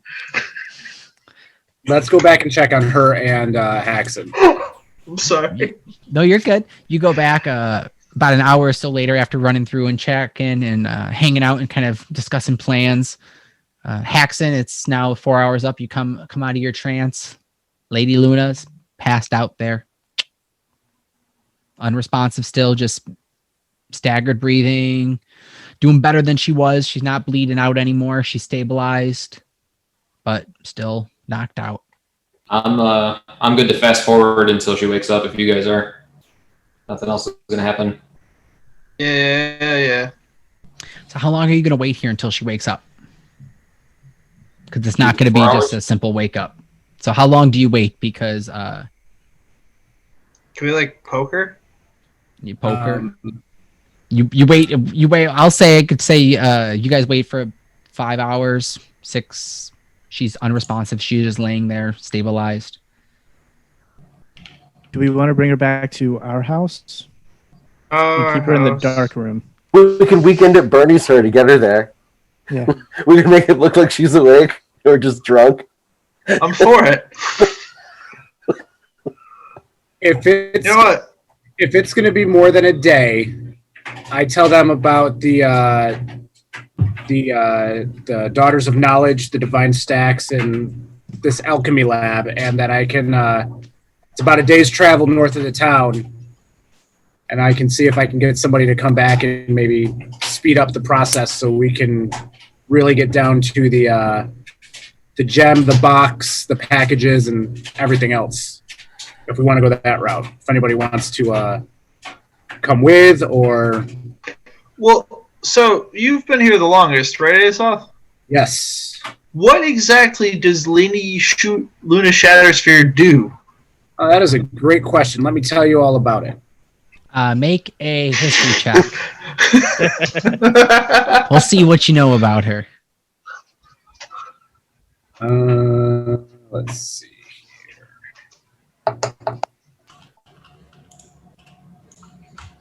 14. All right. Let me get my notes. Hold on. Where the hell were they? Frick our notes. Sit down, children, while Uncle Azoth spins you a tale. It won't be as divine as Haxon's musings. However, I am known to spit a bit. Well, I'm gonna pull out the old the old loot and give you a little backup music to set the scene. I feel like we're all sitting in a circle. Oh yeah, of course. Yeah. I'm All on, like one- cross-legged, like around waiting. Yep. He's off to Almost sitting right. on top. You hear a bring.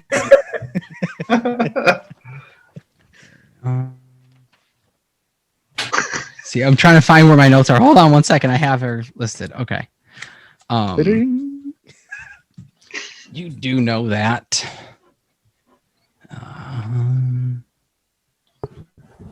Let's see. Have her character sheet over here. Let me pull her up real quick.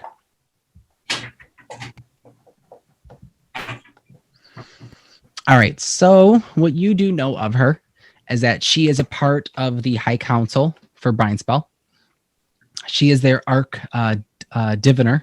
diviner, and she is a established adventurer. She is a half elf, as you can now tell looking upon her, respectively with her age. She for half elf years, she is 57. She's in her 57th year. In the elven human maturity ratio, she's in her late 20s, essentially. And she had very early, very short, highly unexpected success. So she would go on her journeys and travels and her adventures and do these crazy missions that people were not expecting her to complete. And she came back kind of like basically your Princeton All-Star, where to be at her age, be at her excel level, it's unheard of. So they have her as their arc diviner that helps in foreseeing foreseeable threats that will come to Brindspell. You would know she is known to have a fascination with the Feywild. She is a proprietor of political relations that she will use to better herself and plan within her visions that she foresees. So her whole plot is that what you've picked up on her personality and what her whole end game or what her whole goal is, that she'll build these political relationships to make sure that her visions that she's seeing is coming true, kind of like the Minority style, or Minority Report. She sees what's going to happen. Let me just make sure that I'm there and I'm laying it out to make sure what I want does or doesn't happen.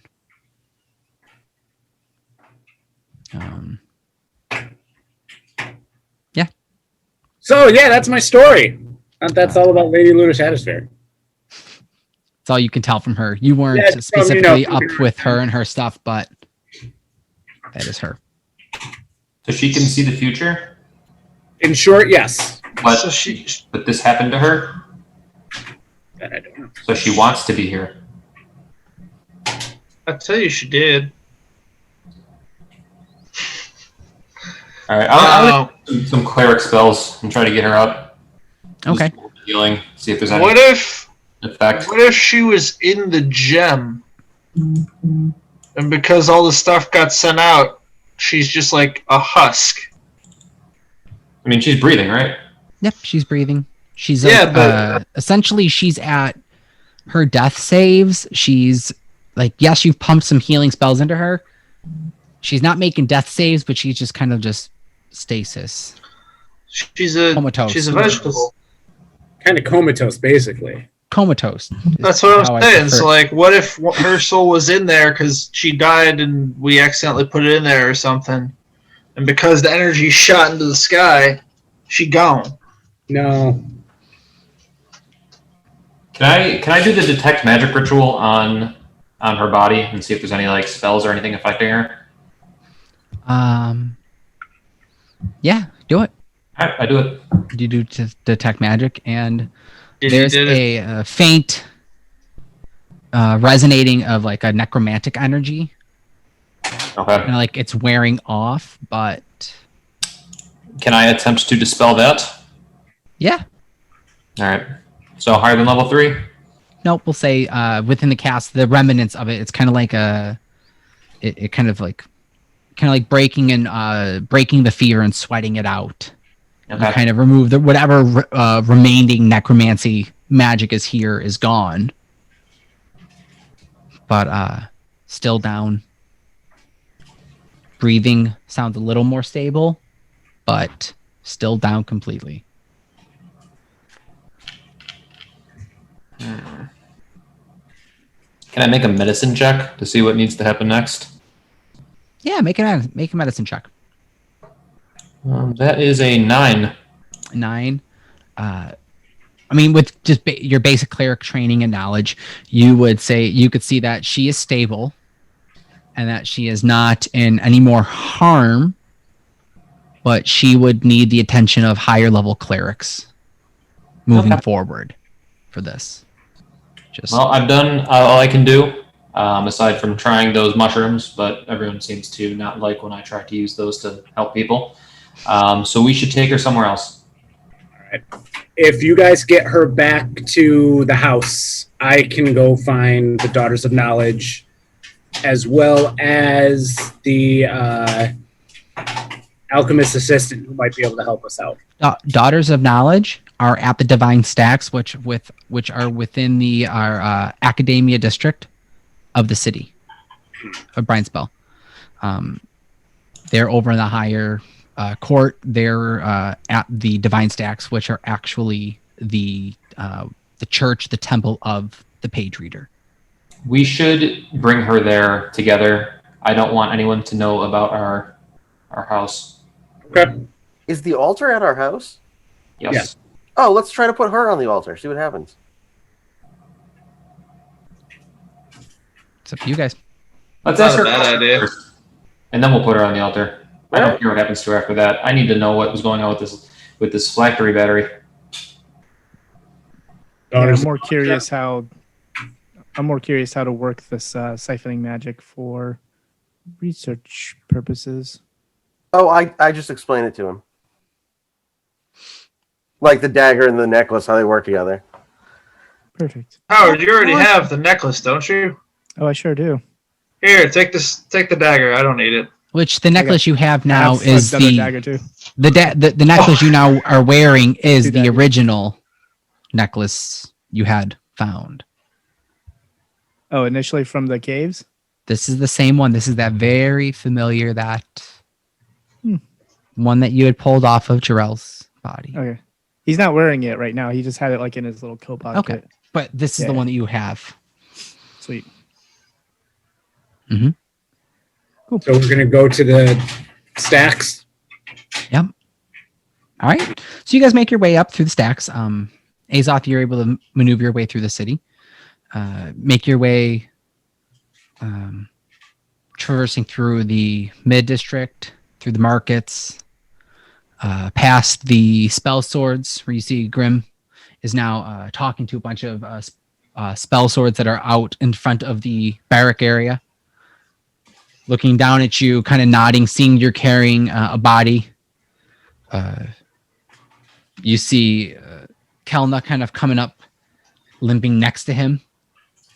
She twirls her hands and starts to cast a cantrip, and you hear Azoth you hear Howard within your head. Thank you for that. I don't think I would have made it out without you. Please, when you guys are done, stop by. Oh, we most certainly will. I appreciate that. And cool. You guys walk past and head over to the Divine Stacks. You walk up to a pristine-looking cathedral where you guys had been jumping in and out of this broken down, kind of ramble-shambled church. This has high, nice, white polished walls, brick, stones, constructing this large, extravagant temple of sorts. Doors looking nice, big, rich, and dark wooden stained with a big knocker on them. Two big, like door knockers. The paned window glass atop of the door is in front of you. You walk up to it. This part of town you do see too is as you walk up to the temple, there is a almost positive there is a pool or a pond. Oh, let me see real quick. Is it on here?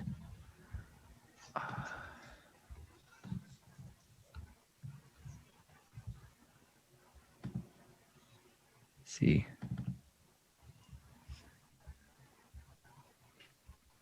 Do I not have it? Yes. So as you walk over to it, in front of the temple, so if you're looking at the map of Brian's Belts, to the far left, lower part of the map on the wall, there are these pools of ponds of fountains in front of the church. As you come walking up to it, it's got these large stacks in the back of it.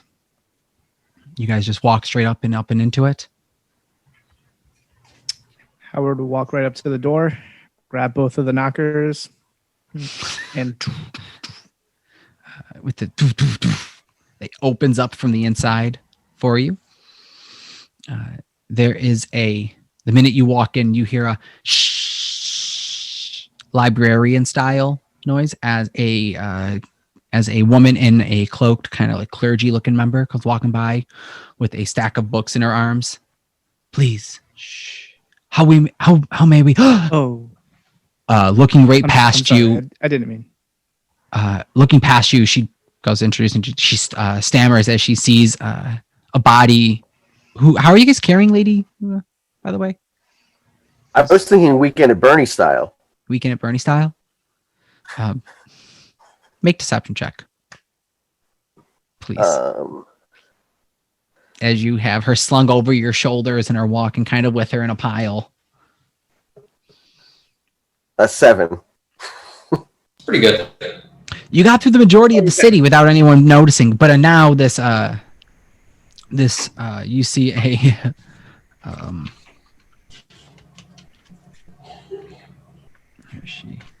this tiefling that is in the clergy robes. Please, bring her in. How do you do? I'm daughter Roland. Please, she needs medical attention. And starts ushering you, this party, into this great hall. Do all comply? Yeah. I address her as a she would recognize. Well, yeah, I address her as a former druidic acolyte and announce that Jerel has been defeated and she does need immediate medical attention now. Okay. I don't know what you mean of this Jerel being defeated. What do you mean defeat? None. We'll sidebar that for after this. Please hurry. And she leads you down a series of halls to a examiner room that has a bed in it, almost like apothecary type desk to like kind of fix up medical herbs and salves, and it's even got a little couple of potions and relics on them, like little statues and little symbols of female figures carved out of like little wooden carvings. Howard, I will say this: you all following her through down this main corridor into the chapel. You are seeing, so instead of rows of pews as a normal chapel, which you do see are rows stacked to the left and right of you, are stacks of library books, tall, to the top of the room. Think like great library style, just stacked with books of robes. Certain aisles of books are roped off and sectioned off. Other ones have clergy members just kind of sitting down at reading study desks in between different libraries or different stacks, and are sitting down doing their own study and research. And make a perception check, Howard.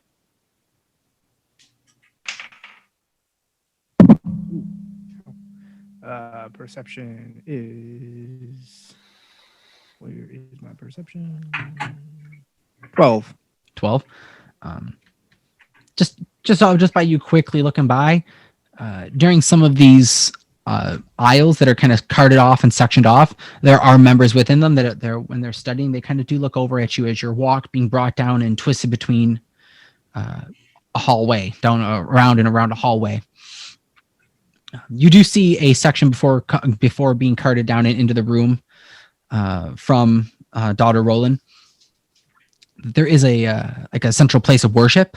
It appears where there's a floor matting for like a cross-legged sitting type of congregation.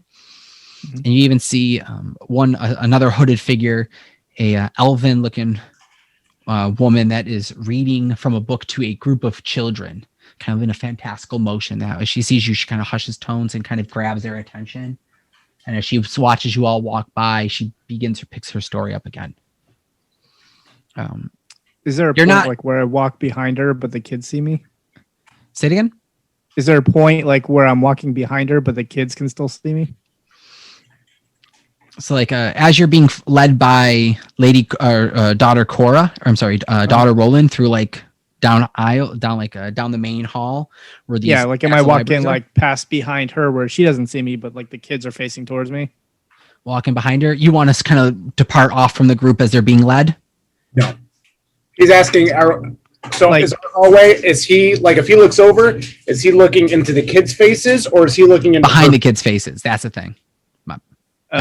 Behind the kids, so they don't see you, but she's looking over and she's trying to keep their attention as she sees you all walking by, and she clearly sees a body being kind of like walked with. She's trying to keep their kids' attention so they don't see what's happening behind them as you walk around and scoot off down in a different hallway. Okay, never mind then. We'll keep walking. Mm-hmm.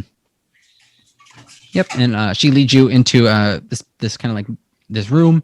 She goes, "Here, please lay her down here," and she pulls out and clears some stuff off of a bed, and you guys begin to set her down on the bed, and she begins to kind of like start doing like a medical checklist, doing a triage of casting certain spells and doing some examinations, and begins doing some enchanting.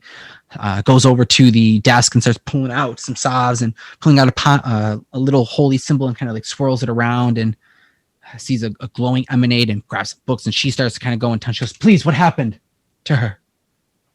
I show her the collar that I ripped off her. Some dark magic. It's interesting. It's to someone that wouldn't know her any better, they'd think that's something she'd actually wear too. That's dark though. Please put that down here. You don't want to be messing with this. She puts that down on the table, and she just kind of starts to lay out crystals around it and pulls out a page of holy text, and she just starts kind of reading and doing some basic stabilization magic. You see her. Go on. I was going to say, during that time, Howard's going to walk back to where he saw the stack of books earlier, and he's going to start rummaging through that and seeing what he can find. Yeah. So when I'm saying like you see stacks, I mean stacks of like the idea of like you go walking through a library, and like there's like the individual like aisles of like in between the stacks. Yep. So you're gonna go through like basically the library shelves. You're going. Yeah, like I'm gonna walk back to like near the beginning where I saw all that stuff, and I'm just gonna go through the shelves and go through the books. Where are you going? What are you looking for? Are anything specifically, non-specific, vague terminology? Give me some. Anything in regards to either Carcosa or anything to deal with like the siphoning magic. Okay. Necromancy in general. Okay. Children's readings. Make an investigation check. All right. 9.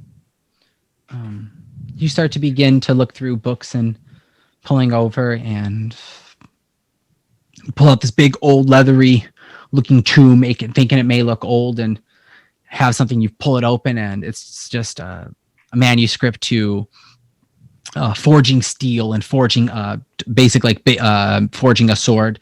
Put it back, pull out another one, and looking over, and this is a tinkerer's guide to building making boots of haste. And you kind of cool. Nope. Put it back, looking through, and you don't find any books that mention Carcosa. Are you being stealthy, quietly?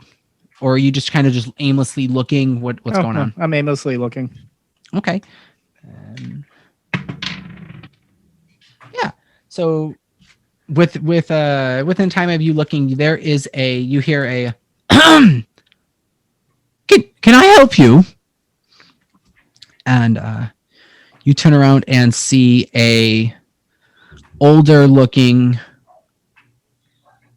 elf figure in the cloaks and like the same clergy robe that is just very plain, very basic, simple. This simple purple color robe, and she is a elf figure with this nice brunette or not brunette, this nice black hair tucked nicely in a bun behind her. She is probably in her mid human years, we'll say 40s. Her voice is a little cracked and tired, worn and sore. And please, daughter Cora, may I help you? Shh. This is a library. Are you looking for anything specific? Actually, yes. We I don't know if you noticed, we brought our friend that was badly injured and hurt to be healed here, and I'm looking up to see any kind of research about necromancy or phylacteries or type of dark magic, something that we can use to combat it. Let me see how you can I get your name, by the way? I'll see what we have, but we don't just give out and loan books on dark evil magic like that. Oh, okay. Well, my name is Howard, but if you need to double check, Kelnack, if you know Kelnack, sent me in regards for this as well. Kelna. Kelna, yeah. Kelna, okay. Do a deception check with advantage.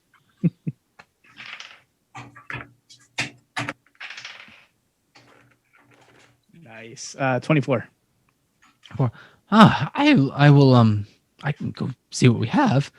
I'll see what we have, and I can for surely put them on hold for Kelna if she needs to pick them up. That's also why I'm here too on her behalf to pick that stuff up for her. Of course. Let me go see what we have. Do we have anything else? She begins to walk off. Anything else, Bill? You also wouldn't happen to know anything about Carcosa by chance, would you?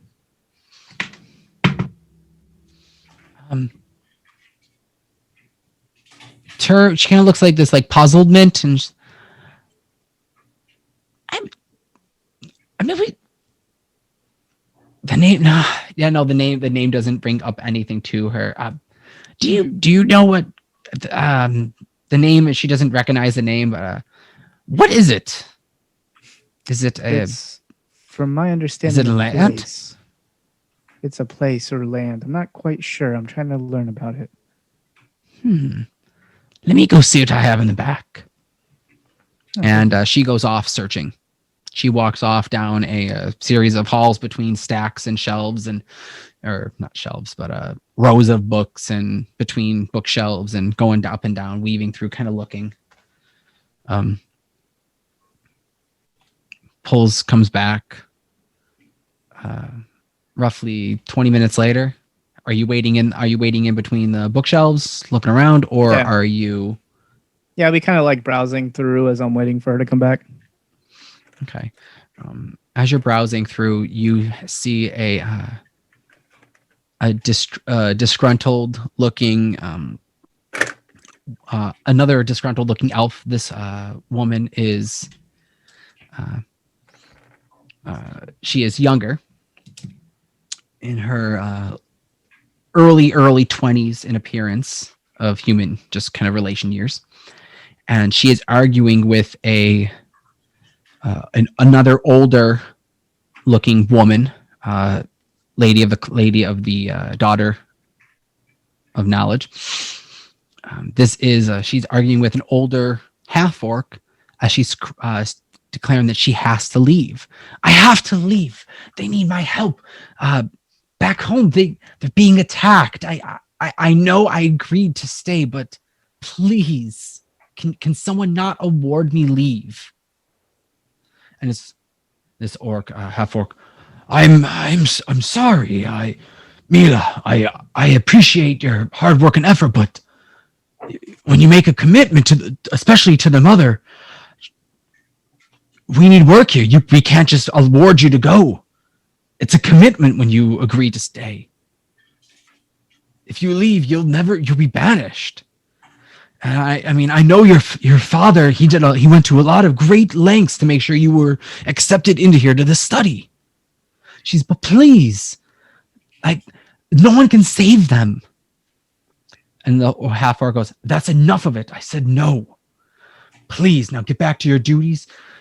Finish dusting, and that's the end of it. And she walks off. I'm gonna kind of walk to her a little bit and kind of like, hey. She kind of has this little cleaning feather dusters. Hi. Yeah, I She kind of like comically like, huh? Stage whisper. I kind of heard a little bit you are missing people or family that they need to be saved. Yes, my family's commune is being attacked and raided weekly, and I am unfortunately unable to go help them. That sounds so horrible. Where's your commune at? It is just northeast of here. It's just northeast, out towards the Royal Hunts Grounds and the edge of the woods. My family commune is it's simple, self-contained village, and it's been under some raiding, orc attacks. And you see her just kind of like breaking down. She's like she's trying not to break down. Like, my family's hurt, and I'm unable to help. And she just, the knowing mother will provide answers, I'm sure. She goes back to kind of just dusting aimlessly. Well, if I've learned anything, there is no knowing mother. Nobody knows anything around here except for what you know. So, with that being said, is it really worth being here? I mean, why not just go ahead, break your contract, and go save your family? I can. My father, he sacrificed a lot of great work to make sure that I could be here to attend study. This is one of the, where's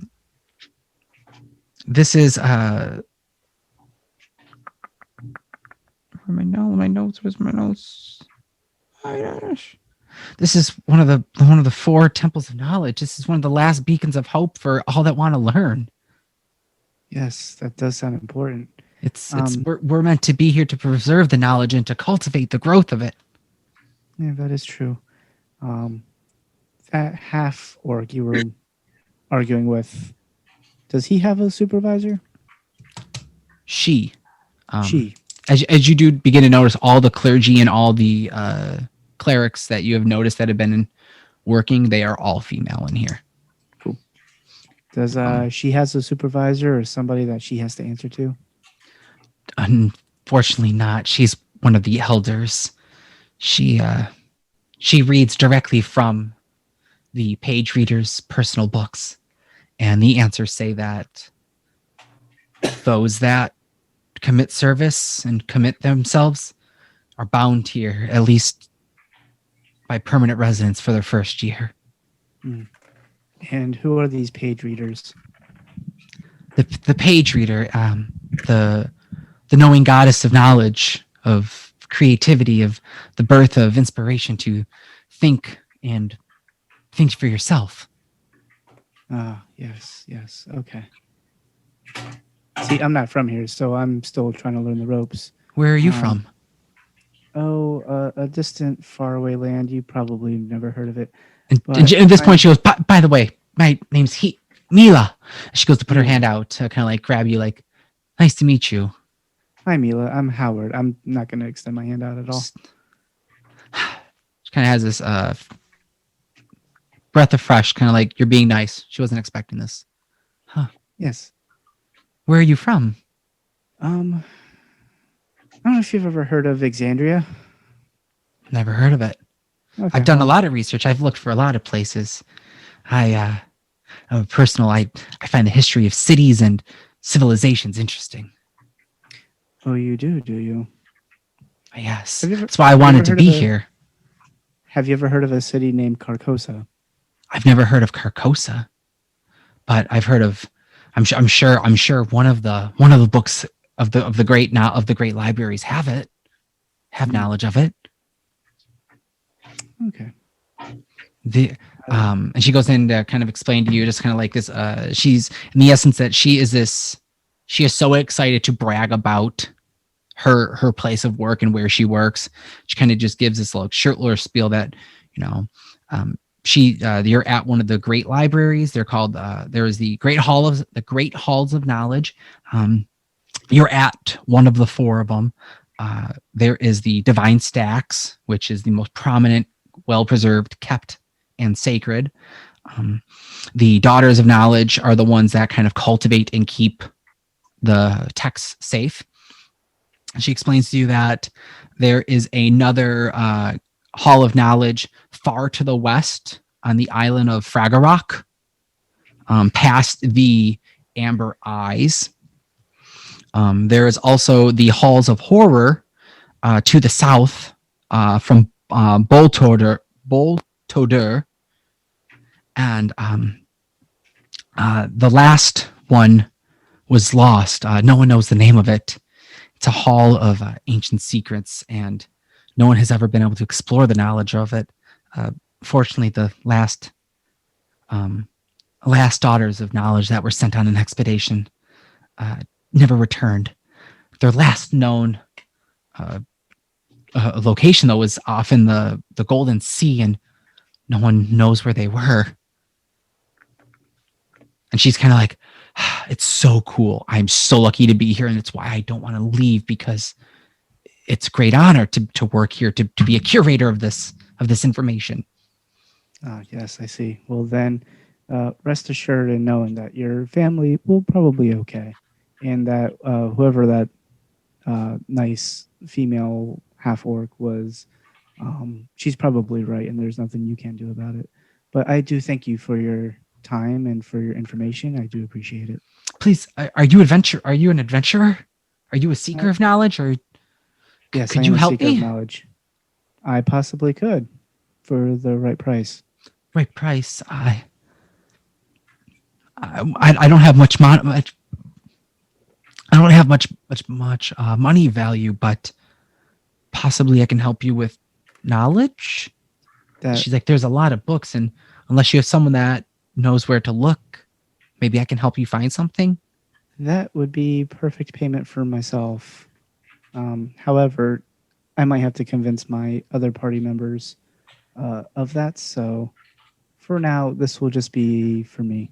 Oh, please let me know, and you can find me, or ask Lady Cora if you see her. She always has an eye on me, I guess.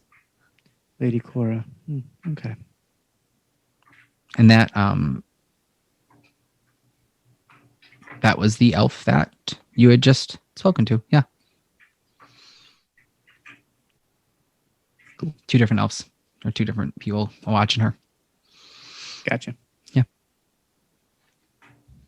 All right. So she goes back to work after kind of giving this whole spiel to you. Mm-hmm.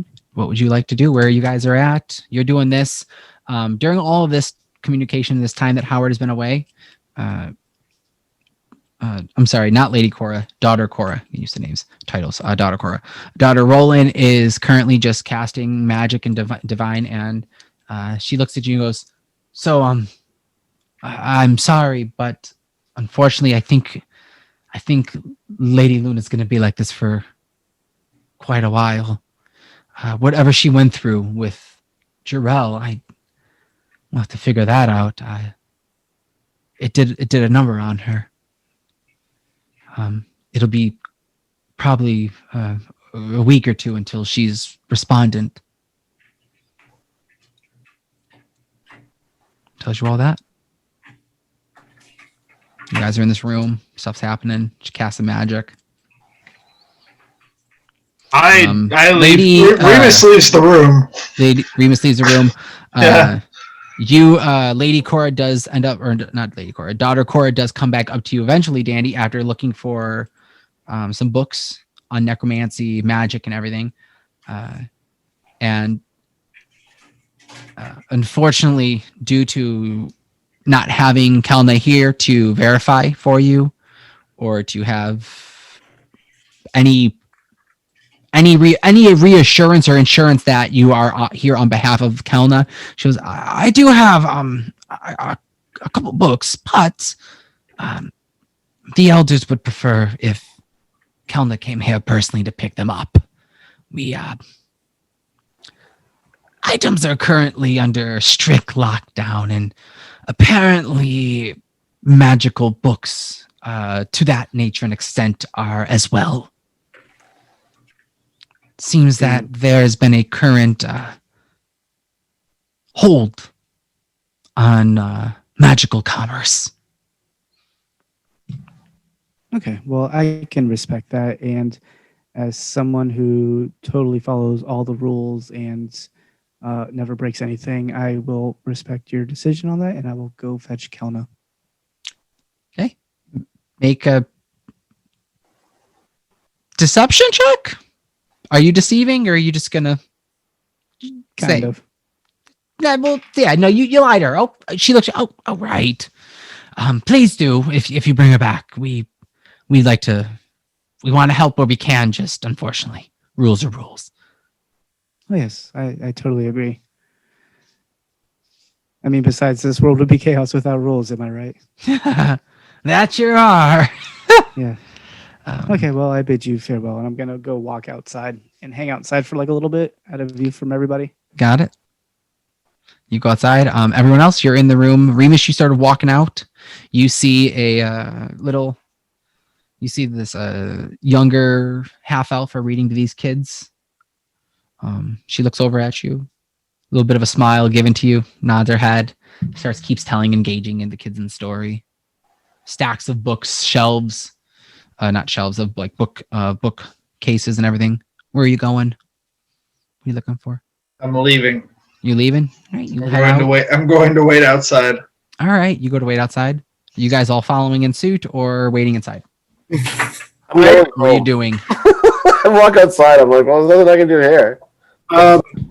While the casting and all that stuff's going on too, I'm gonna pull out from my bag the page reader candles, the medallions from Friar Flintlock's house. Got it. And I'm going to lay those out as well. I'm just going to lay them down in front of the sister, or daughter. The daughter, in the room where Lady Luna is being worked on. Yeah. She's half paying attention. She's like, I see you're a collector of the divine swords as well.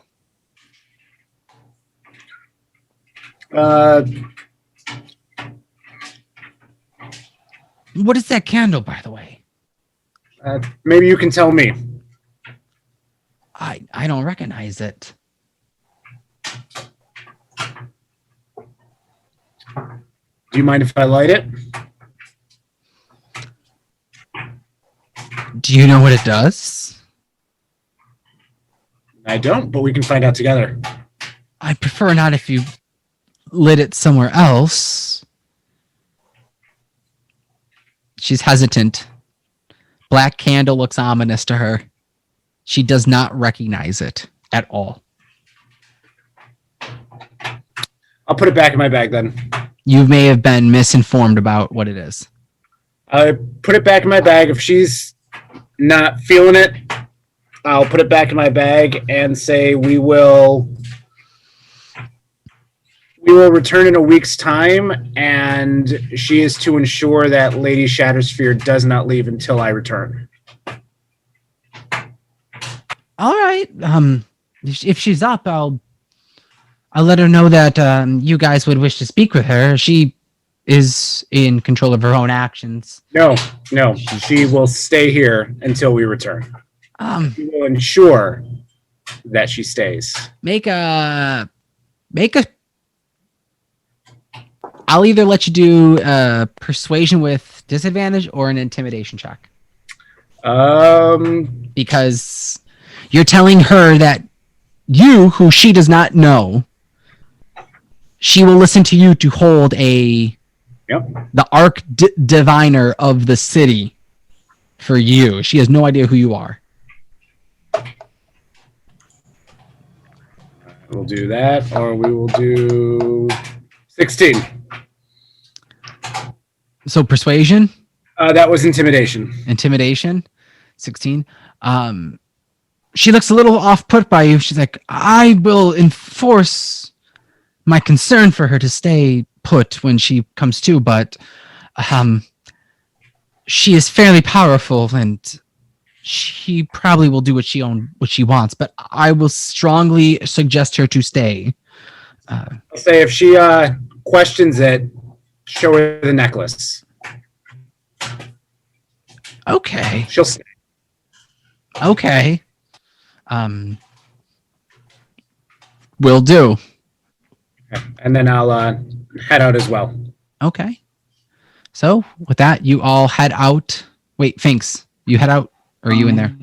I want to leave, but I believe his name was Glim. He was the one that sent us on the quest in the first place. Yeah, Glimpok. He was. I want to let my friends know that we should go see him immediately and see if he can enforce any sort of order to keep her where she is, or at least put someone on guard. Okay. You guys head back to the spell swords barracks.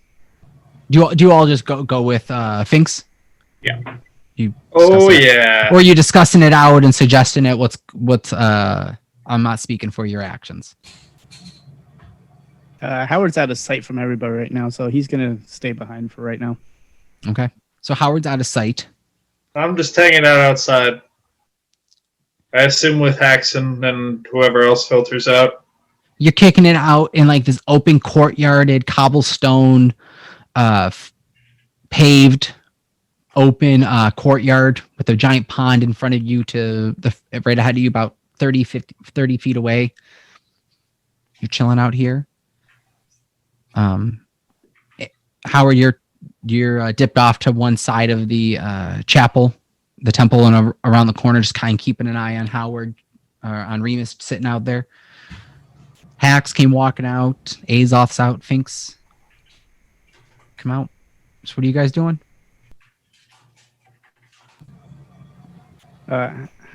Howard's waiting until I guess everybody leaves, but he's going to be completely out of sight. He'll wait like 10, 15, 20-ish minutes and use his newly gifted invocation, Mask of Many Faces. And he's going to disguise himself to look like Kelna. Okay. And then he's going to walk back into the library. Oh, okay. So you disguise yourself as Kelna and dip back into the divine stacks. You walk up and you see daughter Cora. Ah, Kelna! Seems the man was telling the truth after all. He said you were looking after some books. For some books on necromancy. Oh, yeah. I don't remember what Kelna's accent was. Oh, yes, of course. I did send him on my behest because I was taken quite a bit by Jerel earlier, but I am healed up now. I have had to come myself. But I'm looking for something about the necromancy or the siphons or anything to do with dark magic and stealing powers. Something we could use to bring down this cult once and for all. I have a couple books. Let me go get them. I wasn't expecting you back so soon. And she walks off. Walks off to go acquire the books. While this is happening, you guys all begin walking towards the Spell Swords barracks. Yeah, we would have announced loudly what we were doing, just talking boisterously, so that in the event that Howard was in earshot, he would know where to go afterwards. Got it. Easily enough. You're good. And with that, guys, as you walk off over to the spell swords, and Howard, as Kelna now dips back into the library, we leave off there, and we'll pick up there next week with another episode of the Faybala 5, newly anointed, guys. Let's keep this campaign going. You guys, thank you so much for running through this. This is a great adventure. I'm enjoying this. I'm always intrigued to see where my player is going to take it each week, and this has been a fun one. A little bit slower, kind of wrapping up from this fight. There are some developments made. There were some choices and some actions and some consequences that happened in cause. But thank you so much for everyone tuning in, watching, listening, whether it be through podcast format or through our YouTube. Thank you so much. Please continue to hit subscribe, like, follow, and share it if possible. Once again, guys, before I do sign off and let all the other players take over, if you want to get one of these snazzy, cool-looking t-shirts, head on over to the Teespring. The link is below. Check them out. Support the stream, support the show, and let the players take it away. We'll start off with hacks. Rick, any content we need to push for yourself? Nope. If not, follow my account on Instagram at BubFuzzins. All right. Danny, jumping over to you. You can find me on Instagram and Facebook, Ratfink Arts, RATPHINC Arts. You can also find me as a co-host with Anthony, our beloved Dungeon Master, underneath Roll for Wisdom, where we like to talk D&D. We are not professionals, so don't add us. You can also follow Howard and his hijinks on Twitter over at podcastersh. But yeah, that's it. There you guys go. Guys, check out his work, support him, hit him up for some commissions. He does some sick art. Danny has done some Critical Role art that they did it was like a picture movie video or music it video. was it featured in a video? I don't know if it was featured or not. It was just like a fan-made thing. Fan-made thing. Yeah. Anyway, head on over to Ratfinks, support his work, support his art. Jump over to Remus next. Ricky, push us. Let us know where we getting you at. I'm Remus. I'm Ricky Coates. You can find me at Rick_Coates on Twitter, Instagram, or that fun stuff. You can follow Remus on at Podcasters Remus. I tweet during this and occasionally during the week random fun thoughts. That's about it because this will come back a week later, right? This is going to be, I'm going to have this drop either Saturday hitting. Yeah, so I have no other news then. All right. If not, it may drop sooner, but this should be dropping on Saturday, at least by Saturday the 14th. This will be news I have will expire. It's okay. It's all fun. Go follow Remus, follow Ricky, check out his content for more. Tony, thanks. Hi, I'm Tony. I paint space Barbies, as they call them, miniature orcs and space wizards and stuff. You can find that at Phoenix Forged.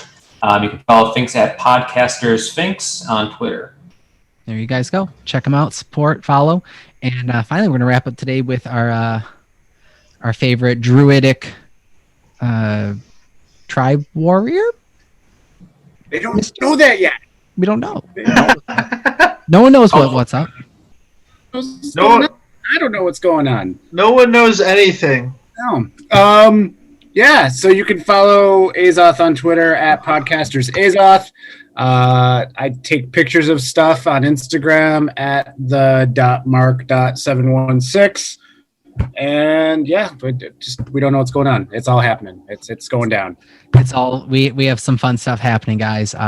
But still, as we said, till then, thank you so much. Thank you so much again for checking out the stream. Catch out the more from the Faybala 5 on our YouTube. And till then, keep rolling.